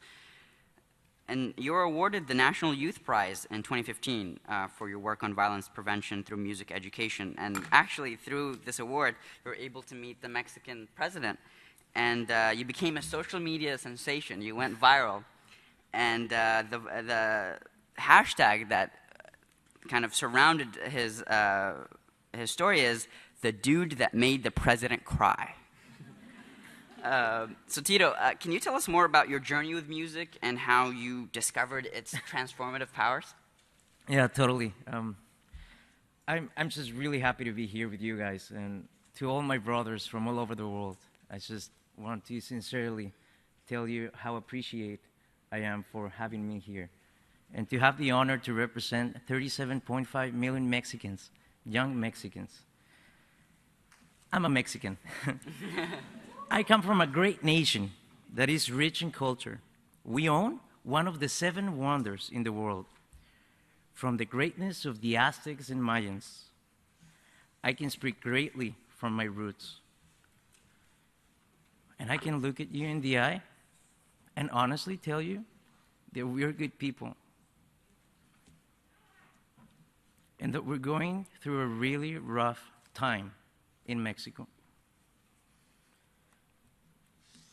When I have to speak about violence in youth, it breaks my heart because I've been living a reality that is not an easy one. To see my people suffering, just like many of you back at your homeland, we can't lose hope. We need it more than ever before, and you need to stand up for it, for your country, and for the person that is sitting next to you. In Mexico, from every 3, 1 is a young man. Violence is changing the perspective of our great nation. In 2015, from every 1,000 young men, 20 of them were brutally killed by organized crime. These are young men dying to hope and dreams every year.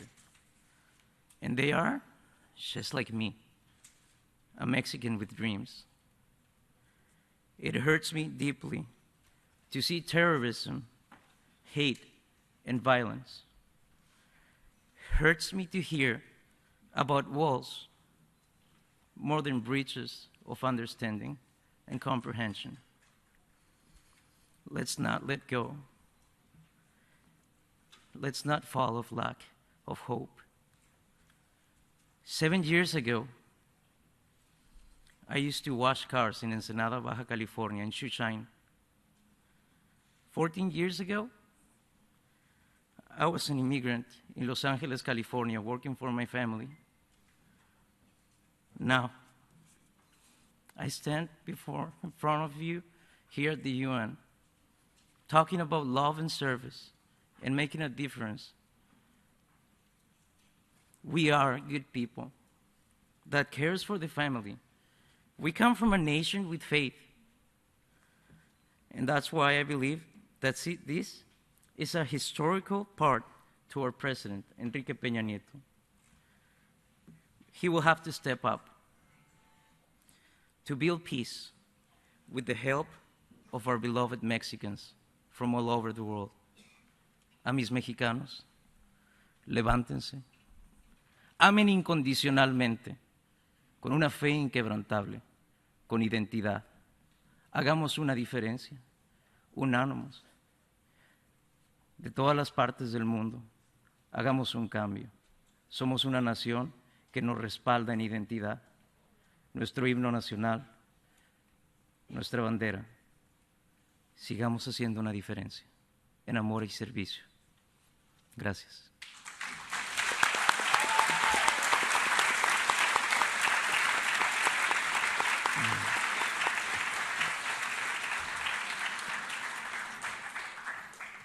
Tito, can you tell us more about how you've used music to combat violence? Is there maybe a story or incident in which kind of this happened for the first time that you can share with us? You know, if we all start talking about our lives, we will notice that there are some points that we go through difficulties. But those difficulties will never stop you because there's always hope. And that hope is what brings you up all the time. When I was a young guy, I was burned with cigarette.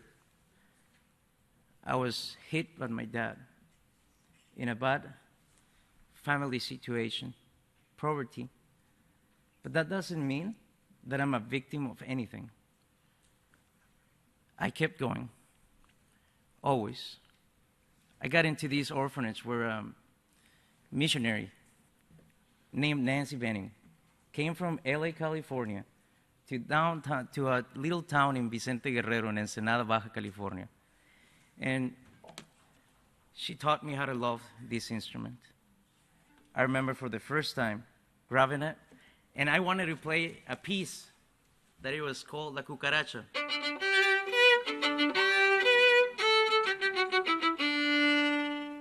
And I fell in love with music. It changed my life. I remember in studying law, my violin next to me always. And from a side, a block away, there was a sweater that moved in rounds. And a friend of mine came and he said, "Hey, Tito, why don't you move your sweater?" And I'm like, "Yeah, sure, why not?" Grabbed my sweater and started moving it like that. Every morning I will do that for 3 months until I realized that place was a jail. And I started entering there, and things started changing. Those kids, they didn't even have shoes. They were sleeping on the floor. And I came in with a violin, started teaching them. And in less than 2 years, this jail that had more than 150, it came down to only 18 for the first time in the world. Music, love, and service can make a difference in people's life. I'm here to tell you that it is time to make a difference, and that it is time that you step up for your country and for the people that you love. Not only for the country, but for the world too. Music has made a difference in my life, but music is just the key to the hearts of the people. You will have something to do and with what to make a difference. And it is time that you start using it for the peace in the world.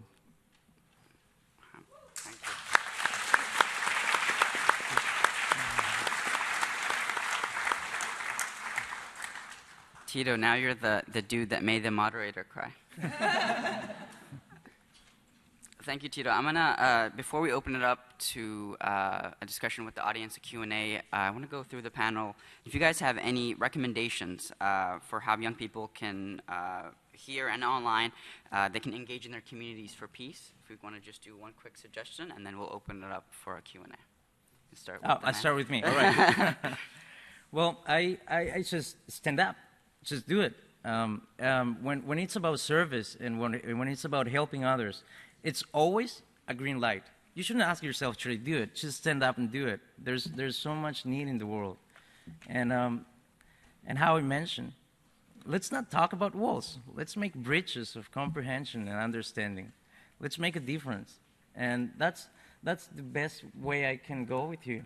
Love and service, unconditionally love, service for everyone, with an unbreakable faith, and that will keep you every day of your life. Thank you.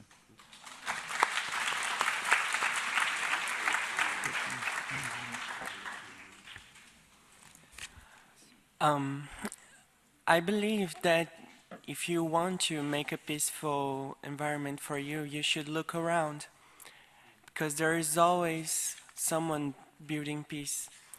Even if you feel hopeless and you feel that you can't do nothing, you can. And I'm here to tell this because I am a transgender woman from Brazil, and I never would expect to be in the UN talking about peace and security and talking about how violence affects me. So you can do it. You can come to these spaces. You can occupy all the decision makings, and you can change your reality. So stand up and look around, like Tito said.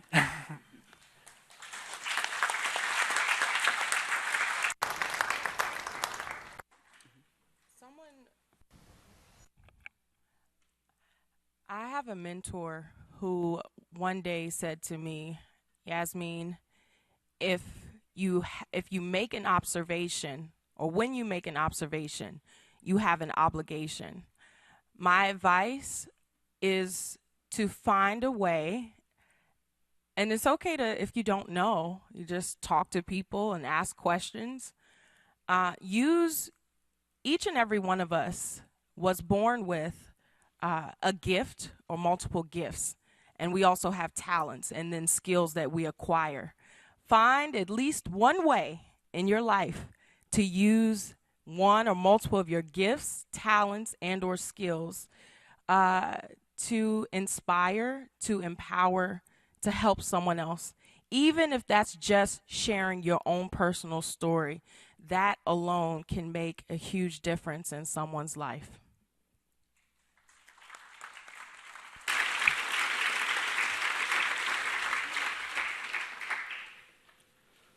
Okay, my advice to young people that want to make a difference to promote peace in the world is to start now. You don't need to wait. You don't need to be called a peace builder before you start to work for peace. Peace is a positive state of social justice and not merely the absence of war. Peace is a language that we all speak. Whether you are a student, whether you are a teacher, whether you are IT specialist, whatever your profession, I urge you all to work for peace, to make a difference. And the best way to do it is to start from yourselves. Change your perception of others. Imbibe tolerance. Embrace peace. Embrace unity. And encourage your family and friends to do it. Start it now. Peace is possible. We can all make a difference.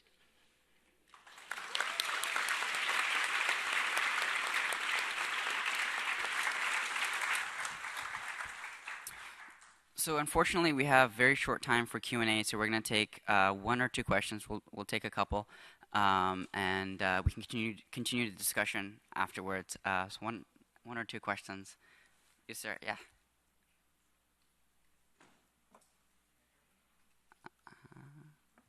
Hello. Yeah. Can you hear me? Yeah. So, Mr.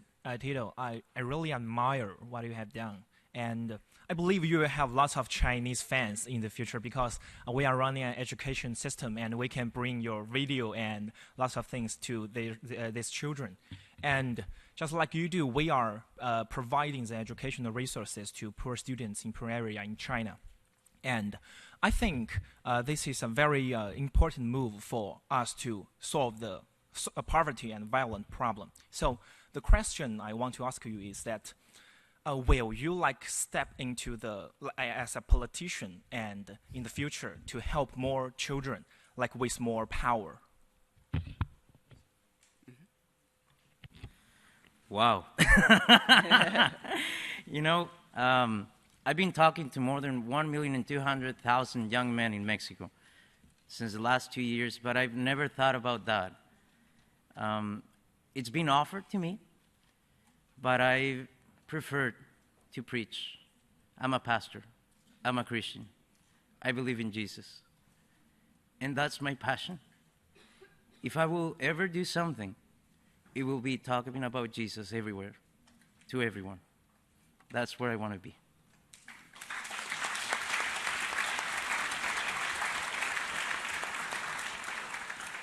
We'll do one more. All right. Thank you. Can you hear me? Yes.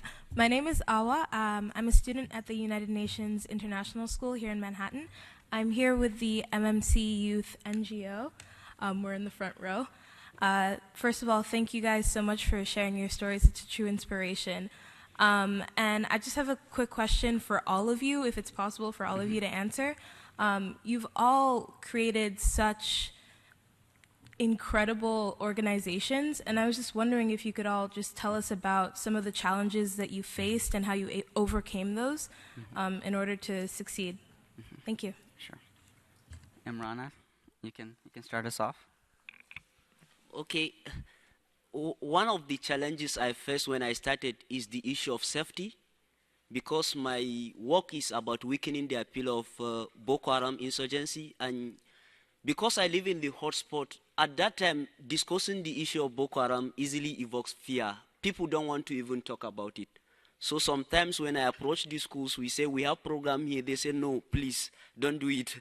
Because if Boko Haram get to know about it, they may end up attacking the school. So the first challenge is about safety. And at later time, when the situation starts to improve, the second challenge is about kind of recognition the importance of the work you do, mostly from local authorities. Sometimes they just perceive the issue of violent extremism as a security threat that can only be addressed through the use of force. So when you come to explain about your work, this is what I do, that kind of encouragement, you don't get it. So if you don't have like just the passion to continue, you can easily abandon it. And that issue of recognition also translates to issue of funding, because when someone is not interested in your work, he won't even take the issue of funding your initiative serious. I think to me there's two challenges that I faced. One of the challenges for me was ageism. When I was 16 years old and I was telling people, hey, I want to start giving away $10,000 scholarships to students to go to college. And I'm like, no way. Like, this girl, she's cute, but she's going to go off to college and she's not even going to, she's going to forget about it when she goes to college. And thankfully and fortunately, I maintained scholarships running the nonprofit through the rest of high school, through college, and through graduate school. So, ageism is something that you may face if you have, if you have like a very large ambition or dream, don't be afraid of it. There's a saying that says something about if your dreams don't scare you, then you're not dreaming big enough. And it's true, hopefully people will come around and see the difference that you're making and that you can make. So ageism can be a problem. Funding, and engagement. If you can figure out how to keep the momentum going even as years go along and get people engaged and re-engaged, that right there is the real key.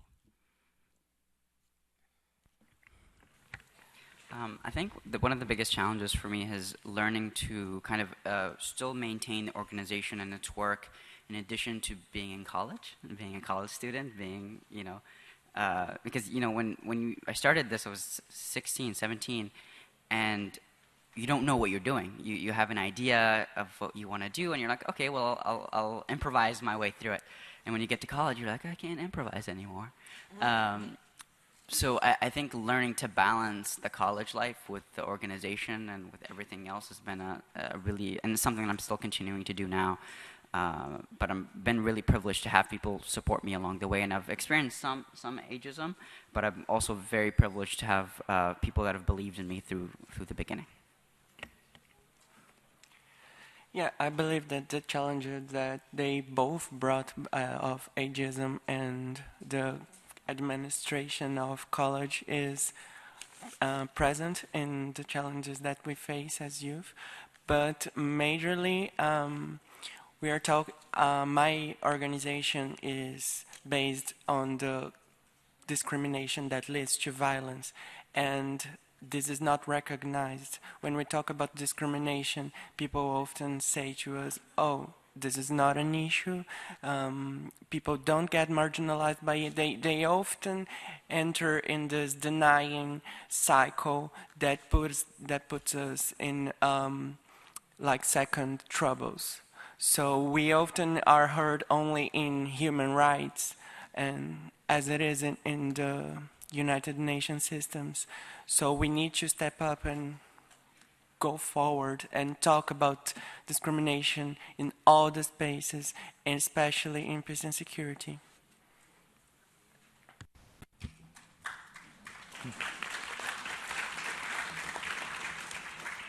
I guess challenges, they're always there. And honestly, wanting to quit, it's always there too when you have a nonprofit. There's so many challenges. Even in your life, you can apply it. But I found 5 things that I just wrote here for you that have always brought me up from wherever I am. And the first one, it's time. It's the not renewable resource. And how you use it is so important, how you're going to do it. It depends on you. The second one is dreams. Dream highly. They're for free. Do it crazily. And when somebody laughs about you, well, show them how crazy you are about your dreams. Number 3, hope. It's right now, it's right here, and it's yours. Number 4, with faith. To get something that you can't see, but you know you can get it. And number 5, identity. Be yourself. Never deny it. And be honest to the people that surround you. Thank you.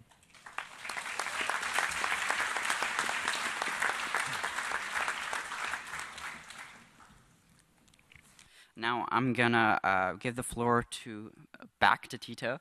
He's gonna give us I'm really excited about this. He's gonna be performing a violin solo for us.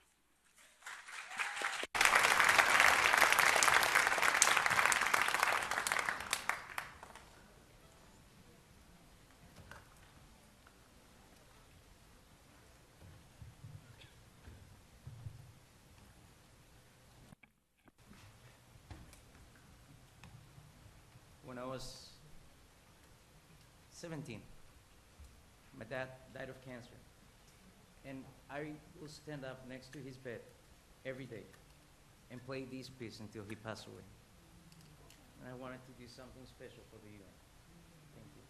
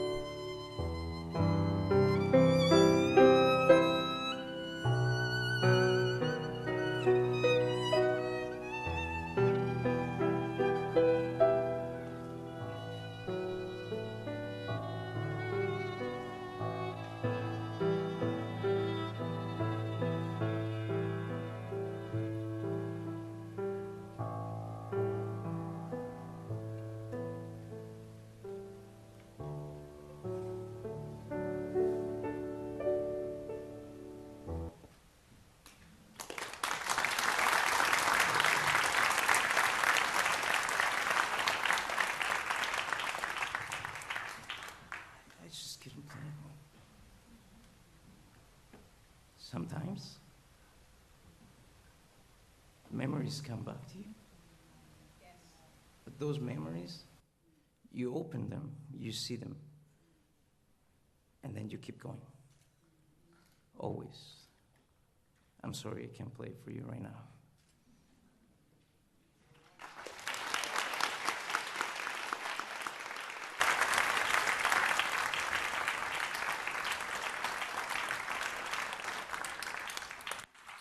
Thank you so much, Tito. Now we'll move on to the second panel. I'd like to give the floor to Ms. Juliana Antilla Garcia and the participant of the discussion too. Thank you guys so much.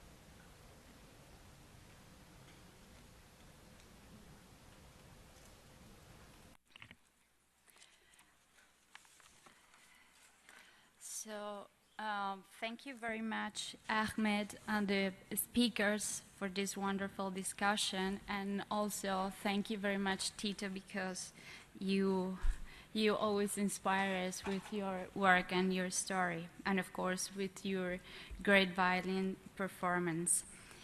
I hope that you have some extra energy to hear this discussion and participate with our panelists as well.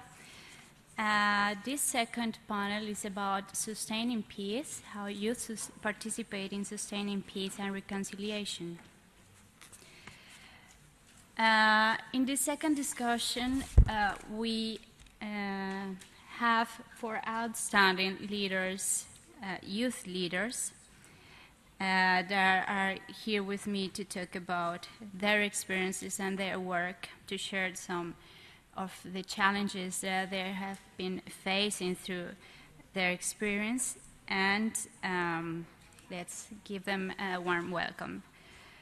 I'm going to start with Haya Atasi Onugoren. Haya is 24 years old, originally from Homs, Syria.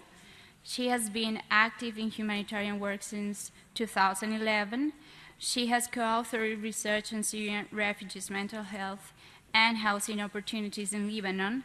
Haya received her bachelor's degree on political studies from the American University of Beirut and recently completed a master's degree in international relations at Bogazici University in Turkey. Haya is also a co-founder of the Syrian Youth Assembly. Mohsin Modiuddin, I hope to pronounce well your name, is the founder of the award-winning Me with Syria program and the current director of storytelling innovation for Ashoka's Youth Venture. He has been working for various human rights organizations since 2003 and has more than 8 years of experience working with youth and youth organizations.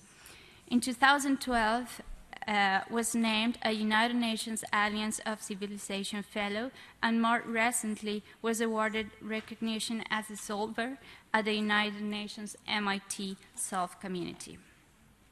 Emilia Henriksela is a human rights advocate who works as an associate expert of the Finnish Human Rights Center. Her experience includes volunteering for UNICEF Sweden, coordinating youth voluntary groups at Amnesty International, and working at the United Nations Association of Finland, where is currently a board member. Finally, we have Julian David Rodriguez. He is a Colombian representative of Youth for Sustaining Development Goals, which is a United Nations volunteer program initiative aiming to train and empower youth representatives to sensitize, localize, and advocate for the 2030 agenda. He was recently selected as the winner of the National Youth Volunteerism Award in the category of Sustainable Development, and the Victory Award in 2017 as an emerging leader and as one of the most 20 influential young people in Iberoamerica. So, congratulations. So, I want to introduce this panel, mentioning that sustaining peace has to be understood as a goal and as a process to build a common vision of a community where all the needs of all segments of population has to be taken into account. The 2030 agenda and the 2250 resolution on youth, peace and security are instruments and are agendas that address a comprehensive approach to sustaining peace. This means to strengthen the rule of law, to promote, sustain and sustainable economic growth, to combat exclusion and inequality, to eradicate poverty, to promote gender equality, and addressing the root of causes of violence and conflicts, and so on. There are many ways, diverse ways, creative ways in which youth actually contribute to sustain peace and promote reconciliation. We have heard this morning some outstanding examples of what youth does all over the world. Youth contribute to promote culture of peace through music, as we saw. Tito is a very good example of that, through sports, through art, through technology, through science, through many other mechanisms. Youth are also activists, having and demanding spaces for political participation and have voice in decision-making processes. Youth also lead different socioeconomic initiatives to have decent jobs, to have better opportunities, to have better access and quality education. And they all do this work always addressing integration, inclusion, and promotion of reconciliation. As you see, sustaining peace and promote reconciliation is a shared task and a shared responsibility. And we, and I say we because I consider also young, are assuming this challenge.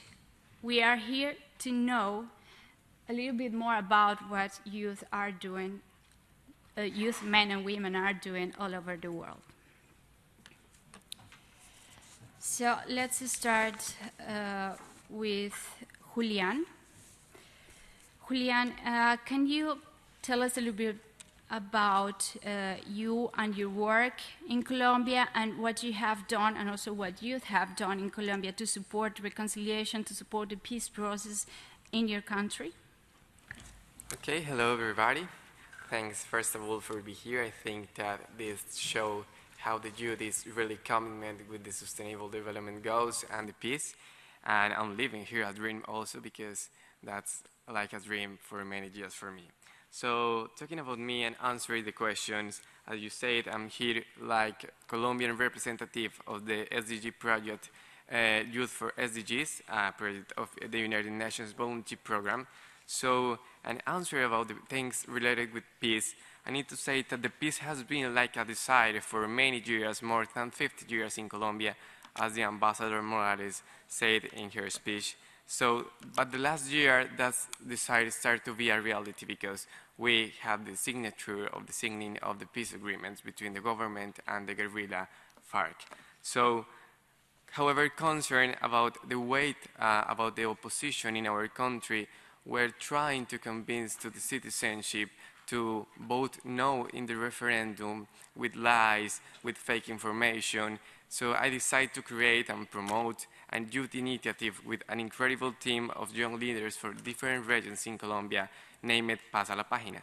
So Pasa la Página is an initiative that have us proposed go to different cities, regions, and marginalized and communities victims of the armed conflict to can explain and clarify all about the peace agreements, all about the peace process, and actively involved to the young people and children and to all the citizenship in all the issues related with peace. So why? Because we are the peace generation, so we need to give a focus on the children and the young people. So after a couple of months, we achieved to explain all about the peace agreements to 4,000 Colombian people, and we think that was an incredible outcome of the process. And we can identify opportunities, challenge, and also the different way to address the peace building in Colombia.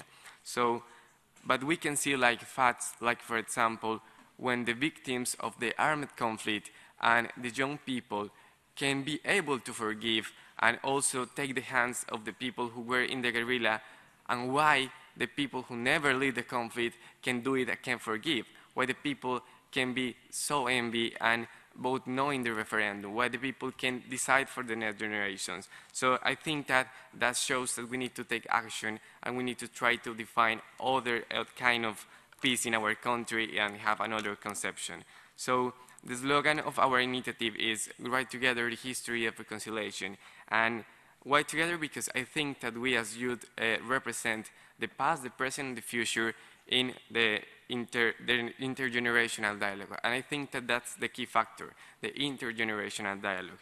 If we look the past in Colombia, or maybe in other countries, as Irama said in the last speech, one of the most biggest victims of the armed conflicts is the young people, because we need to decide as young people in the past if we are going to go with the guerrilla or if we are going to go with the military forces in Colombia, but in both cases with recruitment forces. So we need to think that maybe these young people can in the past had dreams and go for other kind of opportunities. So, and in this case, we need to also think that sustaining societies only can be possible when the young people is going to take action to ensure peaceful societies for the next generations. So in Colombia, before and during the conflict, young people are tackling different problematics and promoting youth initiatives about peace building in different regions, as the ambassador says, with the program like Manos a la Paz, with the UNDP and the United Nations about Hagamos las Paces, that is to try to empower youth and children in Colombia,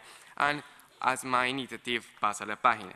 So my key message, maybe for this question, is that we need to understand that the peace in Colombia goes beyond the signing of the peace agreement. The peace needs to begin with each one of us. We need to be addressed in different ways, and that we need to think that the polarization now is one of the most biggest problems in Colombia. So we need to try to overcome these obstacles, and it's a great challenge to can tackle right now, and I think that the youth in Colombia is really interested in doing it.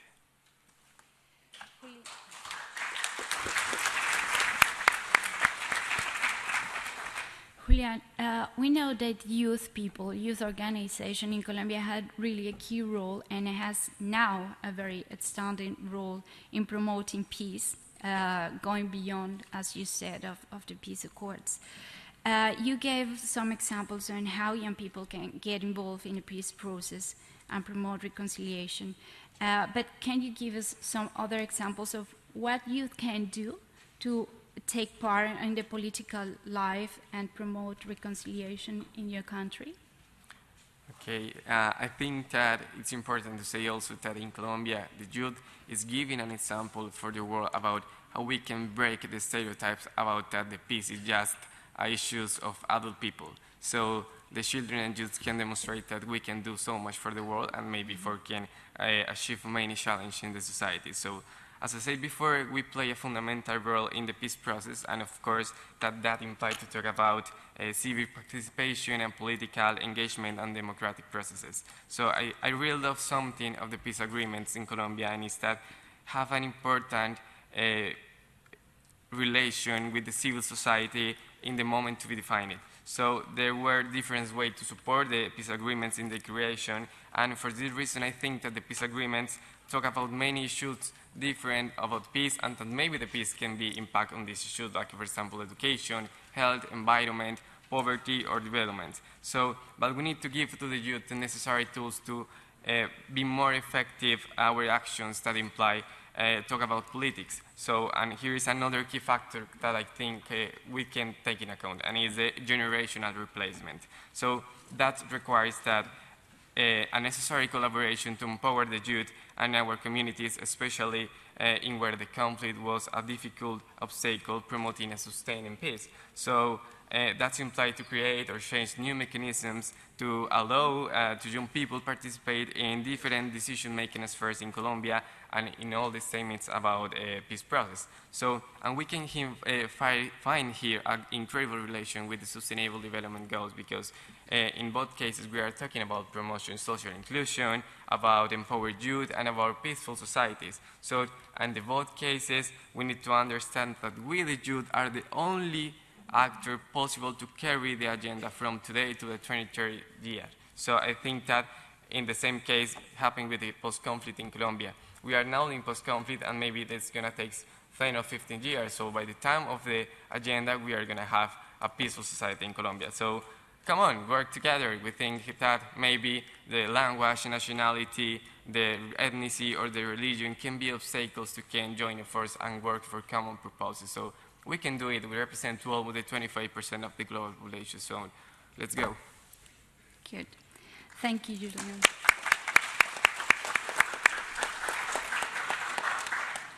So the Colombian youth has a really big challenge ahead, but we are sure that there are many other young leaders, women and men, that are facing this challenge. So now we're moving to Haya. Haya, according to the UNHCR, the number of registered Syrian refugees is over 5 million. Can you please tell us a little bit about your work, and what would you recommend in terms of refugee integration policies and programs, particularly for young people? Well, thank you, Juliana, for the introduction. Thank you, Julian, for the great talk. I really would like to echo on what Julian spoke about breaking stereotypes of youth inclusion and the role of youth in peace building and peacemaking. And here I would like to take this time to give the youth which are here in the room, examples of how youth can really be engaged in this. And first I'd like to start with just giving a very quick glimpse about the Syrian Youth Assembly, which was founded just after the World Humanitarian Summit happened last year in Istanbul. And everybody knows that the Syrian conflict has been going on for so long now. And for 6 years, I've been always thinking, like, what can I do for my country? What can I offer for my country? And all of this thinking really didn't give me anything. I just had to take the initiative and to just create something with a group of Syrian friends. And we really created the Syrian Youth Assembly. We are really hoping to build peace in Syria. We are a peace platform. We want to engage as much youth as possible. We want to have a say in the 2250 resolution, which we know it's a really, really challenge right now for the Syrian conflict. And we as youth want to have our voices heard. Especially during the Syria talks that are happening, there is absolutely no representation of youth whatsoever, despite that they are really very much affected by the conflict that's happening in Syria. Another thing I would really like to give an example about which is something I'm also a member of, which is Shark Youth Forum. It's a very interesting forum that was founded a few years ago, and it really promotes for engagement of the elite, of the youth, of the region, of the Shark region, which really involves the civilizations of the Kurdish, Iranian, Persian, and Arabs. And we really have a lot of conflict in our region, and unless the youth of our region really come together and discuss how can we stabilize our region, how can we build bridges, regardless of all that's happening in politics, regardless of all what, there are stereotypes we have about each other, we as youth really had to come together. And there are lots of really successful examples in this forum, whether in the Syrian Youth Assembly or in the Shark Forum, of really the ability of youth to make their voices heard. So, and unless we took these initiatives, we really weren't able to make ourselves really engaged in this and to allow for the youth integration in these important processes. Thank you, Haya. We know that currently Syria is facing a very difficult situation, and particularly for young people and for the infants. So we know as well that you have an academic background, and you have been dedicated these years to do some research. Based on that experience, on the living conditions of Syrian refugees in Lebanon, can you tell us a little bit more about young refugees' mental health and how they cope with post-trauma stress disorder? Well, back when I was studying at the American University of Beirut, my professor told me about a project that she's working on about the effect of PTSD on social and political behavior.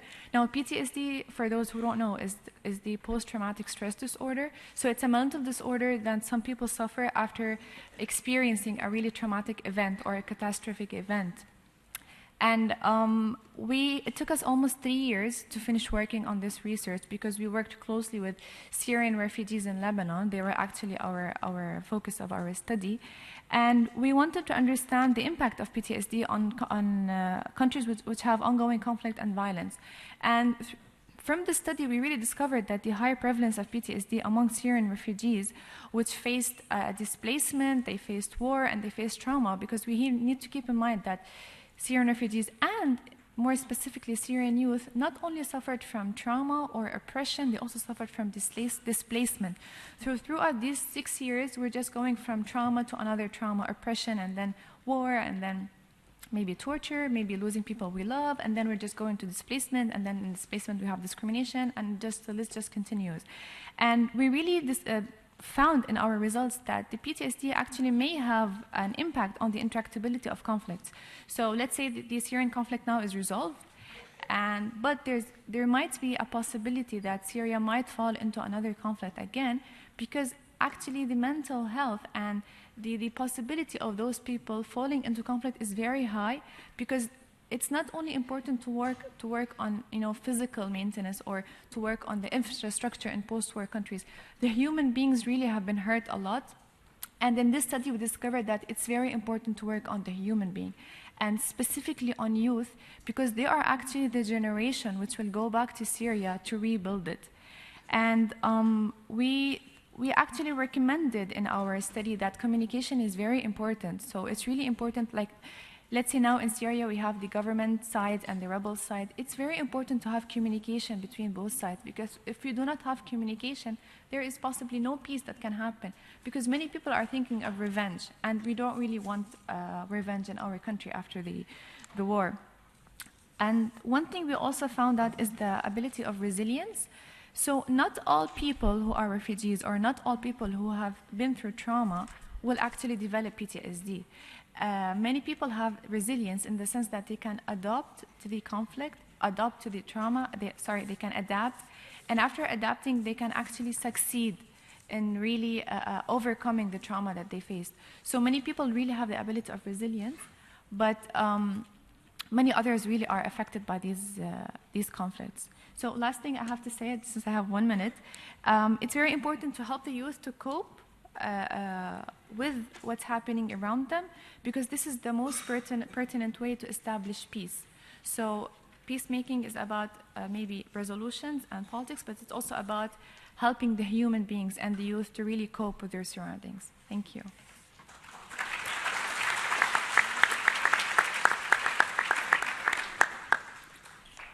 Thank you, Hayat. You just point out a very important topic. When we are talking about humanitarian crisis, we need also to address this other kind of problems, because it's in another way to prevent the reproduction of violence. Now, okay, so I'm gonna move to Mohsin. We have here another example of a youth-led initiative targeting youth, young refugees. Mohsin, let's talk about your work, your experience. Share us a little bit about your innovative storytelling work with refugees, youth change makers. Thank you so much. What's up, everybody? We all good? Ooh. We all We're awake? still here. Yeah, still here. First off, let me say the wise words of someone else and admit that I know nothing. Yeah, the wisest among us admits he knows nothing. I only know what I've experienced over the last several years of working in this area of storytelling for change making. We have 9 million, 8 million breaths in a year, 9,000 in 900 in an hour, 23,000 in a day. How we connect our mind and our heart with our breath impacts the chemistry of our brains and our actions, and therefore impacts the chemistry and the actions of those around you, right? Communication and community share the same root. And one of the greatest achievements of our race as a species, as a collective humanity, was 70,000 years ago when we had the cognitive revolution. We could actually start to communicate with one another. And it was Stephen Hawking that said the greatest failures of humankind came from not talking, and our greatest achievements of humankind came from talking. So with our Storytelling for Changemaker Intervention, known as Me We Syria, we're using the tool, not the blog or the video or the article. We're using the tool of storytelling as a vehicle to unleash and unlock that anonymous potential in a young person, where they're exploring themselves, developing social and emotional intelligence, right? And connecting me to we. We see storytelling as a tool to activate young change makers. Activate, meaning that we're giving movement and exercise to critical change maker skills. What are they? Empathy. Not sympathy. We got a lot of sympathy in the world. The world is on fire right now. Empathy is critical. Creative collaboration. Leadership. Not leadership like we feel good about ourselves on a panel, but leadership about my success as a leader is about helping others succeed. New leadership, right? And creative problem solving. So what we're seeing now is we've activated more than 60 young Syrians. These are teenagers. These are kids in university who have lost everything. And we've given them ownership and co-created this program with them.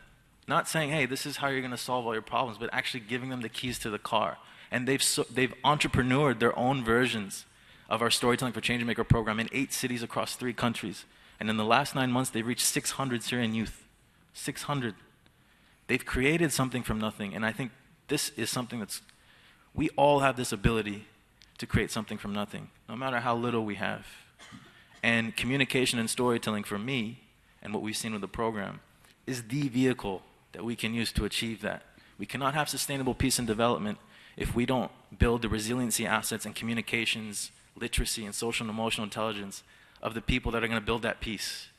The critical ingredients rest with us in how we connect our mind, right, and our heart and our breath, right? And not limiting the narrative of the world to the things that have happened. There are breaths, 8 or 9 million breaths, right, you have left in a year. Think of the breaths you have not spent. That's the story that's unwritten. That's the imagined reality that we can make tangible right here, right now. It's on us. This building that we're sitting in started with an imagined reality. The phone that you're holding started with an imagined reality. It started with the communication of the self and then connecting that me to the we. The last thing I want to say too is that communications is critical because it's not on the young person only to make change. The systems need to come the other way. Everyone in this room is a change maker. And you guys are transforming yourselves in your communities. It's also upon the systems and the ecosystem around you to come forward when it comes to how schools select students to go into that school, how employers hire, right, future employees, right? How your political system engages you. These things also need to change, but it has to start with us, yeah? Real change starts from within.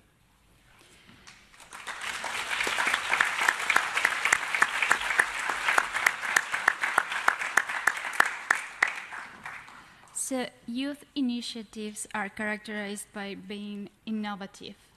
And I think this is a great example of that, not by the instrument itself, but how it has been used. Mohsin, in what ways do you see your storytelling for change-making innovation making an impact on youth at risk and refugees? What insights or trends do you observe? Mm-hmm. The second a young person, and you know, we have Haya with us too, which is an honor, by the way, sister, to be on a panel with you. The second a young person is forced to be a refugee, they go from a state of we by choice, to a state of we by force. We Syrians, we refugees. The second that happens, they lose control of their identity and representation. We all know that. There's something biologically and physiologically that's happening. They are losing control in how their mind and body respond to constant disruption. This is neuroscience. This is biology. Their cortisol levels increase. Their capacity for oxytocin to increase, connectedness and empathy, which comes from the front part of our brains. This is real stuff in our brains. That gets challenged, right? So, you know, we're seeing that storytelling is actually enabling them to have a dialogue with themselves by first understanding the young people, their own technology, not this. We're human beings. 5 billion pieces of content are put online every day. Raise your hand right now if you feel the world is headed in a good direction or if the world is like super connected. Yeah, right? There's something wrong with that because we're not in tune with our own technology, right? With how our brain communicates and how our brain responds to stress and trauma. So what we're seeing with our young people, our young brothers and sisters in Lebanon, Turkey, and Jordan, this wasn't by design, by the way, it's co-created with them. They are using storytelling, again, as a vehicle for peer-to-peer psychosocial support and well-being. They're using storytelling as a tool to practice active listening, creative collaboration, as an imaginary space to take these ideas inside their brain and make it real, right here, right now. I think the other element to include here is, you know, each and every one of us is a living, breathing narrative. You're a living, breathing story. And not only are we living, breathing stories, but we're living, breathing stories in a world where the only constant is change. If we are not taking a moment to pause, and you know what, for the sake of just doing something different, can we all just do this with me? Stand up for a second. Just 10 seconds, stand up. Stand up with me. All real quick, yeah? I'm gonna end my talk on a little exercise because I just don't like to preach, yeah? We're gonna explore the unwritten story in your head right now, yeah? All right, everybody's gonna get weird. It's all good. Change is weird, okay? I want us to all close our eyes real quick, yeah? Just close your eyes. Everybody close your eyes. Take a deep breath in. Deep breath out. Take another deep breath in. Deep breath out. We're all breathing together, yeah? Keep your eyes closed and keep breathing. And I want you to go inside your head and sit and just observe. Don't force a thought, just sit and observe. And here's the question. You have 8 million breaths in a year, 23,000 in a day, 900 in an hour. Of the breaths that you have not spent, of the breaths that are still in your wallet, in your pocket, how do you see yourself spending them? A year from now, on the next International Youth Day, where are you? What has changed? Who do you see? Your loved ones, your family, your school? What emotion has changed? Have you impacted somebody's life? How did you do it? Now just take another deep breath in and reflect on this. Just listen. Listen to your mind and visually think it. Deep breath in. Deep breath out. One more. Deep breath in. Deep breath out. Now slowly open your eyes. You just visually wrote and began to sketch out a narrative of the future. And look around you. All of us, it's on us to bring that future closer to the present. And if we are not first breathing and understanding how we connect our own mind and heart with our breath, we won't be able to connect me to we. You just started writing the future narrative of this world right now, right? So next year when we come back, hopefully some things are going to be different, yeah? So I just wanted to end with that. Thank you for trusting that process.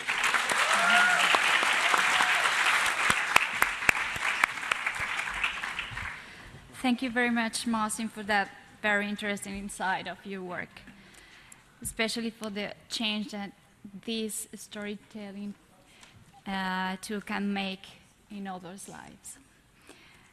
Finally, we are talk to Emilia.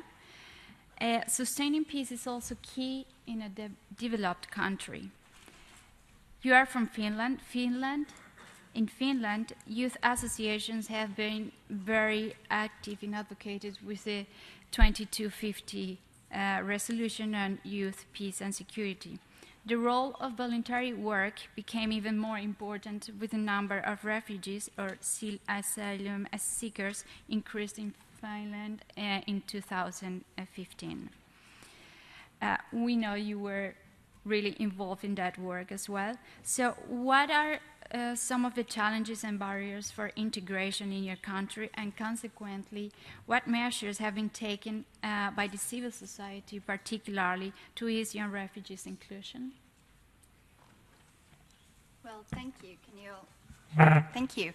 I guess you can hear me now. Hi, everyone. Hi. How are you all doing? That's awesome to hear. I hope you still have a little bit of energy left to listen to my presentation. It's a great honor to be here today and try to share some of my experience and ideas with all of you. And I'm looking forward to some tough questions and productive dialogue after our presentations. So to answer your question, I would like to start with some background information to give you a general idea of what happened in Finland. So in 2015, we got over 30,000 asylum seekers to Finland.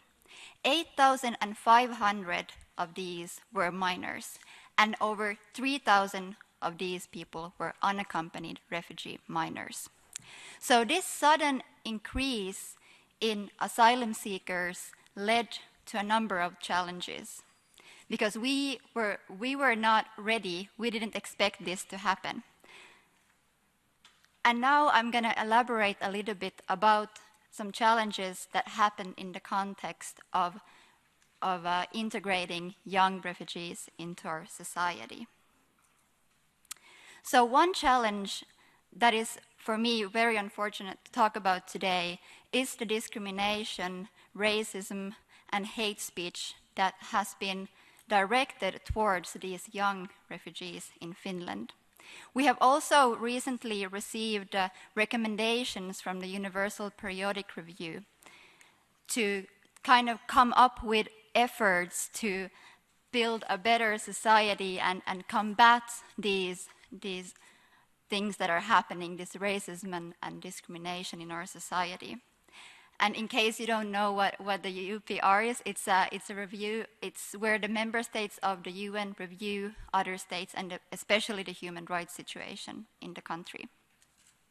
So we are really aware of these challenges and what's happening in Finland. And I personally think that as a first step to make the situation better in Finland, we should try to abolish these negative attitudes that people in the country have about refugees and young refugees that are trying to come to our country to build a new life and really need the support of us. And I think this can be done by increasing cultural understanding. And this is where we, the youth organizations, really chip in. And we have had a strong role in building bridges between native youth and these young refugees that have come to our country. For example, my background organization, the UN Youth Association of Finland, has organized a workshop on the Sustainable Development Goals to these young refugees. And this has really been an incredible experience for us to kind of have this opportunity to learn from each other and build these bridges. We also have a number of other NGOs that have organized similar activities for young refugees, for example, sports and arts clubs and other leisure activities. So there's a lot going on. We're really active in Finland when it comes to voluntary work. Okay, thank you, Emilia. I think you gave us some examples of what youth can do also to promote inclusion. And not only talking about refugees, but in general about victims of the armed conflict. We can actually say the same about, for instance, Colombia, where we are in the middle of a society that is divided by war. So I think this is a great example for other young people, youth leaders, to promote this kind of initiatives in other places affected by different kind of conflicts, not only armed conflict. So Emilia, what are the links between refugee integration and the broader youth peace and security agenda, especially related to the prevention of violence? Well, for me, this link is definitely inclusiveness. The 2250 resolution is as important in peaceful countries such as Finland than it is in unstable areas. And inclusiveness, this is a prerequisite for a peaceful society. And I also think that we can use this youth peace and security agenda as a tool to create more inclusiveness in our societies. Now you might be thinking to yourself, like, how are we going to do this? Does anyone have any ideas? No? Well, I have one.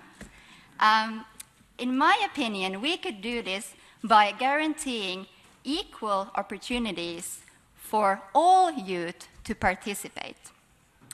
And I want to give you some concrete examples about this, what we have done in Finland.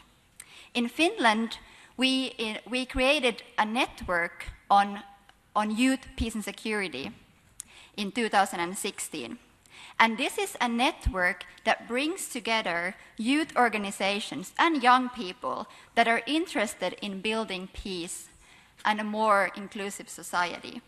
And these people come together to advocate for this 2250 resolution. And we are really proud of our network. Another effort when it comes concretely to advocacy. What can you do when you advocate for youth peace and security? As an example, I would like to mention a really recent project that the UN Youth of Finland has had the honor to partner up with World FUNA and also some other UN youth associations. It's a collaboration that we have done. It started this year in early January, if I remember correctly. And the thing that we did was a social media campaign on the 2250. And you might have seen it when you came in today. It was playing on the screens earlier. And I really hope that you will, if you didn't see it, you will check it out on social media, on World FUNA's social media, and also UN Finland has it, or the UN Association of Finland. It's also going around in our social media channels. And we hope that as many as possible will participate, because we're actually, the idea of the social media campaign is to challenge all youth to kind of take action when it comes to this youth peace and security agenda. Thank you.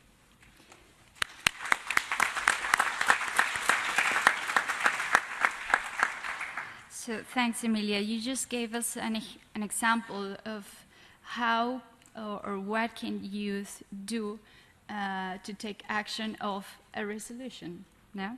So a resolution is, let's say, it's like the legal framework, but we all have the responsibility, the government, the civil society, all different sectors of that society to implement the agenda. We have finished with the speakers, so I'm going to open the floor for the Q&A questions. We have maybe a space for 2 questions maximum, and I think the first question is coming from Dino Correll, who works at the International Labour Organization. Dino, you have the floor.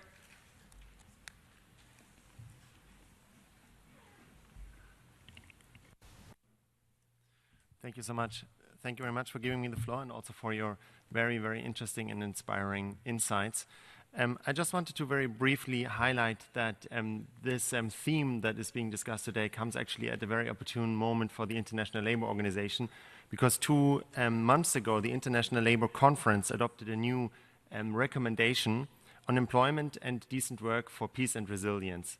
And this recommendation provides guidance on promoting decent work opportunities and in response to crises arising from conflict and disasters. And it pays special attention to the protection, education, and training of children and young people in situations of conflict.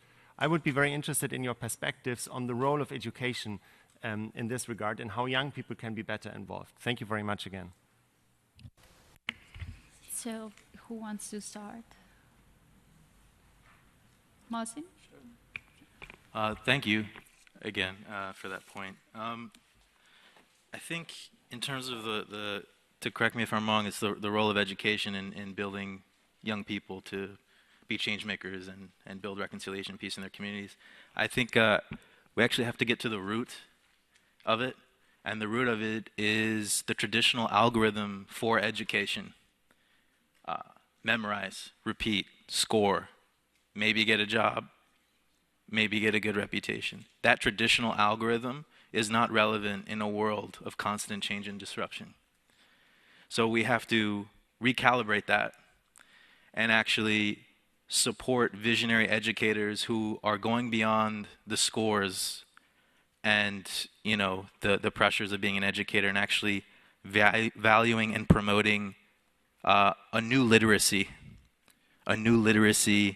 that values empathy just as important as knowing 2 + 2 = 4, as valuing failure, not just I did really well in school and, you know, I have a good reputation in the education community. I think valuing these changemaker skills when it comes to empathy, creative collaboration, new leadership, failure, and all these things, and also interpersonal communications is crucial. I think a key thing in youth and education is that young people, I think all of us, we should feel like we're in charge of our education. Education in the traditional sense is pretty top-down. There is not a lot of support for teachers and educators who cultivate a classroom that is collaborative, where young people are also in charge of the narrative of their education journey. And I think the last point I would make is there's a blind spot with how we engage young people generally. The blind spot is when it comes to the social and emotional needs of a young person stepping into a space. For instance, a lot of the at-risk youth I work with, if they hear a door shut in the back of the room, they go into a state of mental paralysis. If you ask them a question, they go into a state of paralysis and start to cry or start to be violent with the person next to them. There are things that have to happen in the internal space. The internal dialogue of a young person needs to be addressed and supported, because that internal dialogue of the young person will lead to actual impacts in the real world. What's happening on the inside translates to what's happening right here in front of us. And I think we have to support initiatives that are promoting that internal dialogue and that internal social and emotional development and learning. I think that's crucial. Thank you, Marcin.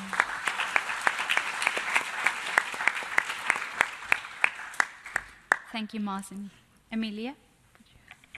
Thank you. I definitely echo everything that Marcin said here, and agree to that or at least in my opinion, education is the key to peace.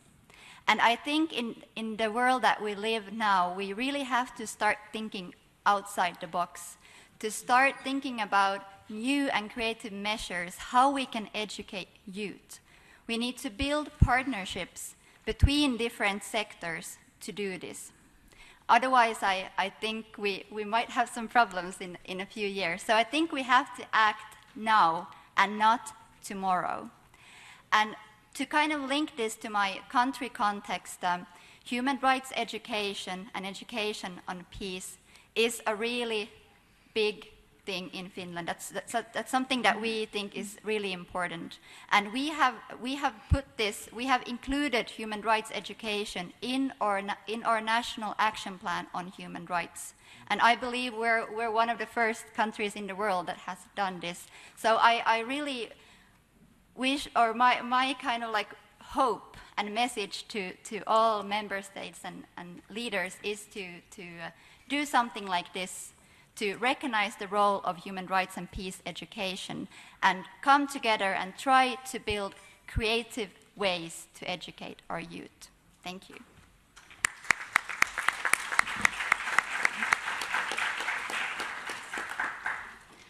I would like also to participate in this question. I would like to think about education also in different ways, not the formal, but also other ways to educate.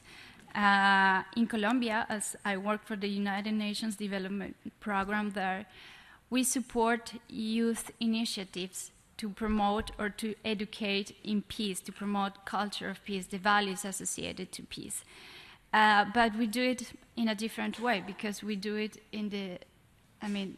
with the mechanisms, with the methodologies, and the ideas developed by their own young leaders. So it's not a traditional workshop. It's arts, it's music, it's sports, it's theater, and so on. So I think if that education is the key to change the patterns of violence, to stop reproducing violence, and to learn how to reproduce peace.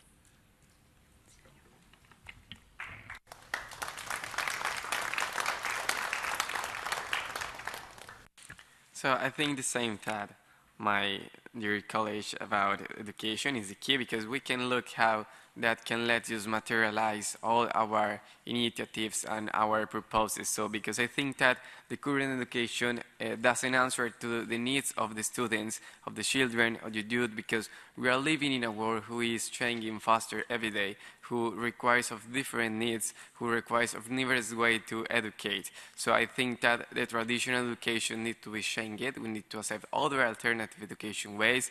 We need to try to promote an education for citizenship, for coexistence, for peace, that can allow to the students develop and strengthen different skills and abilities to can promote in their communities the peace, the sustainable development, and many other things. So I think that the education maybe can be the key factor to can talk about peace, for example, in Colombia, because we can conceive the peace process and the successful peace process in the future if we, for example, don't change our way to educate in where we teach to the students that maybe the bad actor of the conflict always is the guerrilla, when maybe the people who is being part of this conflict can be there for another causes like the forced recruitment. So we need to think that we need to educate to the new generations based on our history to try to don't repeat our mistakes, to try to ensure the no repetition of the violence, as Juliana said, and that we need to be sure that the peaceful society is possible, but only if the education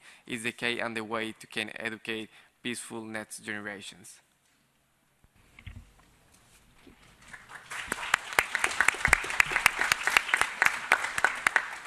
Hiya. Yes, thank you. Well, I think that my colleagues covered everything since I'm the last one, but I really have very little thing to say. That one time I saw a photo of a teacher teaching students after the Hiroshima bomb. I don't know if anyone here saw it. The buildings were completely destroyed and there was no school. And then they just got chairs and tables around those destroyed buildings, and there was a teacher teaching them. And this photo really inspired me that they really understood that education is the most important thing to build a nation. And we all know what a country Japan is now and how developed Japan is.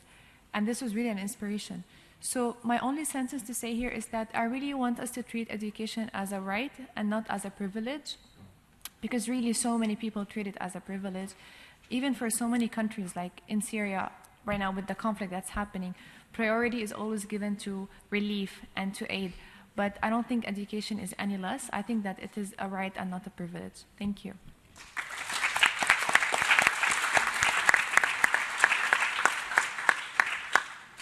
One more question. You.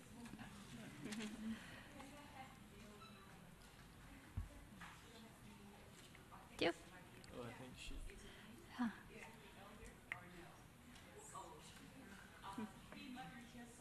Queen Mother just want to say something to all of you.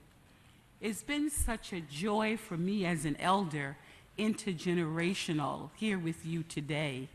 And I just want to say to all of you, stay on the sacred path of life. Read within your own heart and spirit and do what you must do. You are who we are waiting for. We are waiting for you to take the leadership and shape the world for world peace. And education is what you spoke about today. Continue your education, whether formal or informal education, and continue to learn from each other. The world is in your hands. And as an elder, I'm going to pass the legacy today to all of you. And thank you for allowing me to speak to you as an elder today of intergenerational. Just all clap.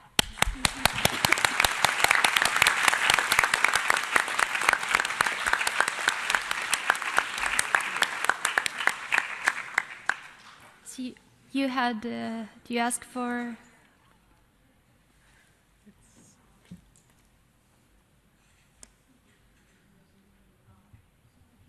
Doesn't work?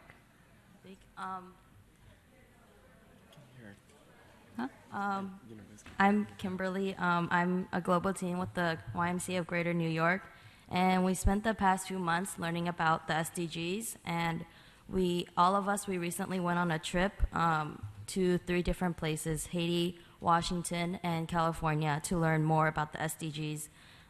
But it's a similar question as before. Being where you guys are right now, what are the biggest challenges or obstacles you guys faced? Thank you. Someone wants to answer first? Or Hayat, do you want to start? Okay, thank you for giving me the turn this time. I think that the biggest challenge I faced was people did not really believe that we could do something. So I remember that I wanted to really study politics and just get involved in these things. When I was 14 years old, I read a book and it really inspired me. And then everybody was like, you cannot do anything. Politics is so dirty and it's not your place. And I really decided not to listen to these talks, and I really believed in myself. So just simply saying it, just believe in yourself, and there will be so many people who will try to let you down.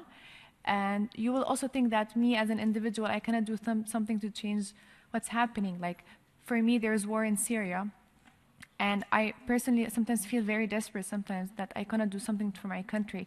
But the mere fact that I'm here today sharing my stories with you is really something that I never ever thought I would be able to do. But it really inspires me to continue and to do more. Thank you.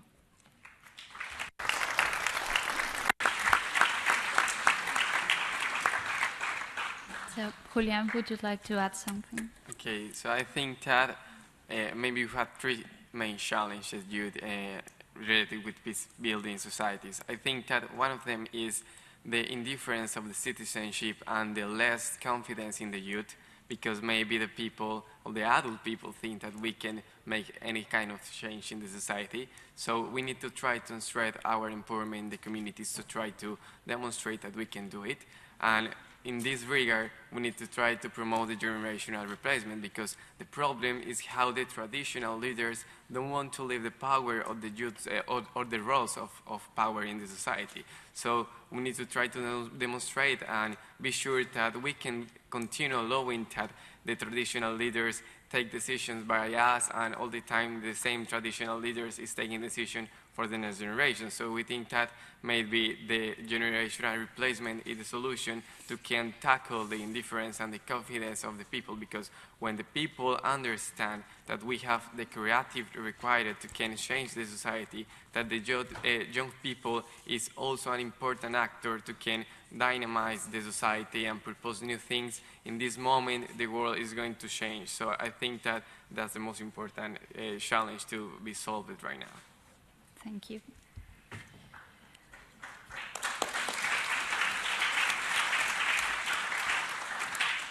Emilia, you have the floor. Thank you.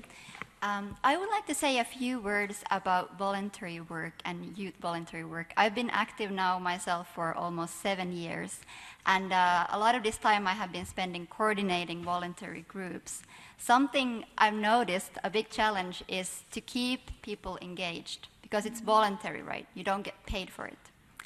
And I think this is something you might recognize also if you have been volunteering, that you start up with a project, you have 10 people, but then in the end, you're like 2 left. So it's a challenge, but my message to you would be the following. It's us, the youth. We have the power to actually make a difference. So if you're a volunteer, I think it's kind of important to recognize your responsibility. If you're committed to something, you should really follow through. I think this is really important to remember. We're on a mission together. If we actually want to make the world a better place, I know this is a cliche, but I have to say it, we have to stick together. We have to build partnerships and networks, not only nationally, but also internationally. This is the way, this is what I believe in. Partnerships, and I think this campaign that we have been working on with World FUNA, the 2250 social media campaign, is a really good example of a partnership that started with a simple idea but became an international campaign. So I feel like if I can do it and our association can do this, everyone can do this. We can all make a difference if we just come together and build partnerships. Thank you. Thank you.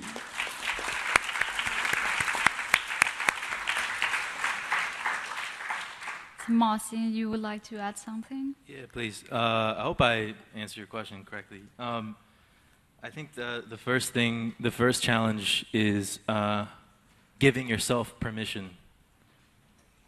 Give yourself permission to dream loud. Give yourself permission to fail hard. All right? And then give yourself permission to transfer that doubt, that fear, that negativity, and use it and transform it into a force that will break walls so that the people behind you don't have to walk around another wall, because that wall isn't there anymore. All right? So there's that internal mindset shift that needs to happen. That mindset shift is ownership. I think with the SDGs, one of the challenges we face is that not everybody feels ownership of an SDG because the problems are so big. So you have to give yourself permission now, like my previous brothers and sisters, in the previous panel said, give yourself permission now to dream loud, fail hard, form a team, and get back up again and be resilient as hell, because the world is on fire and that's what it requires. I would also add that the other challenge, though, too, if I'm talking about working with at-risk and marginalized youth, this space, these kids are change makers. They don't need you or me to tell them that they're change makers. They are living, breathing change makers. There's a challenge that comes from the youth influencers around a young person, where the space for an at-risk or marginalized youth to be a change maker is shrinking. But that passion to be a change maker is still there. So the systems, whether it's the education system that's only valuing scores and traditional literacy, that needs to change. Value empathy and change making. How employees, again, how companies hire kids and value employees, that needs to change. All the systems around a young person also need to change. And I think the way that the adult space approaches young people is that they always say, oh yeah, you guys can do this, you guys can do that. So wait a second, part of the algorithm here is you have to do the same thing. Because the world is different than what it was when you were growing up. And we can't be afraid to say that anymore. Say it. Unleash it. Right? And we're all in this together, so you won't be alone and in trouble, right? You got thousands and thousands of people behind you saying the same thing. So that's what I would say to that question.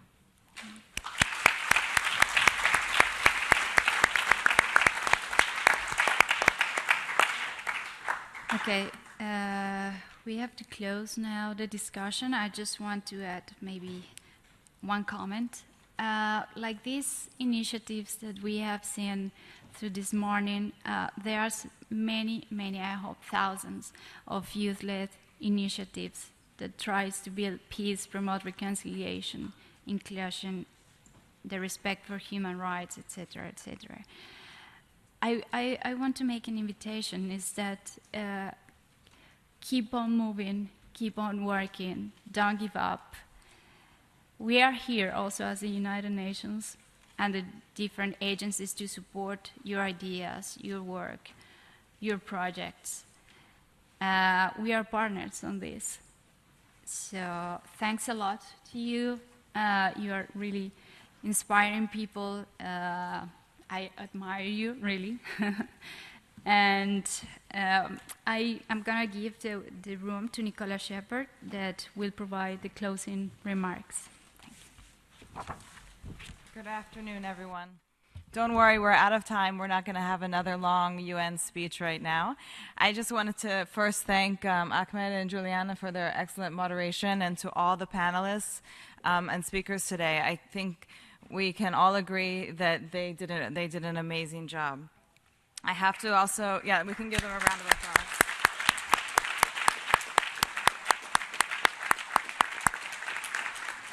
So there were many people that came together to make this event happen today. So I just wanted to thank those who helped us put it together and to bring the speakers, and that's the Interagency Network on Youth Development, the Working Group on Youth and Peace Building, and their co-chairs, Search for Common Ground, UNOI and PBSO, UNDP, UNV, IOM, UNODC, Peace First, the Government of Mexico, U.S. Institute of Peace, and the UN Association of Finland and WAFUNA.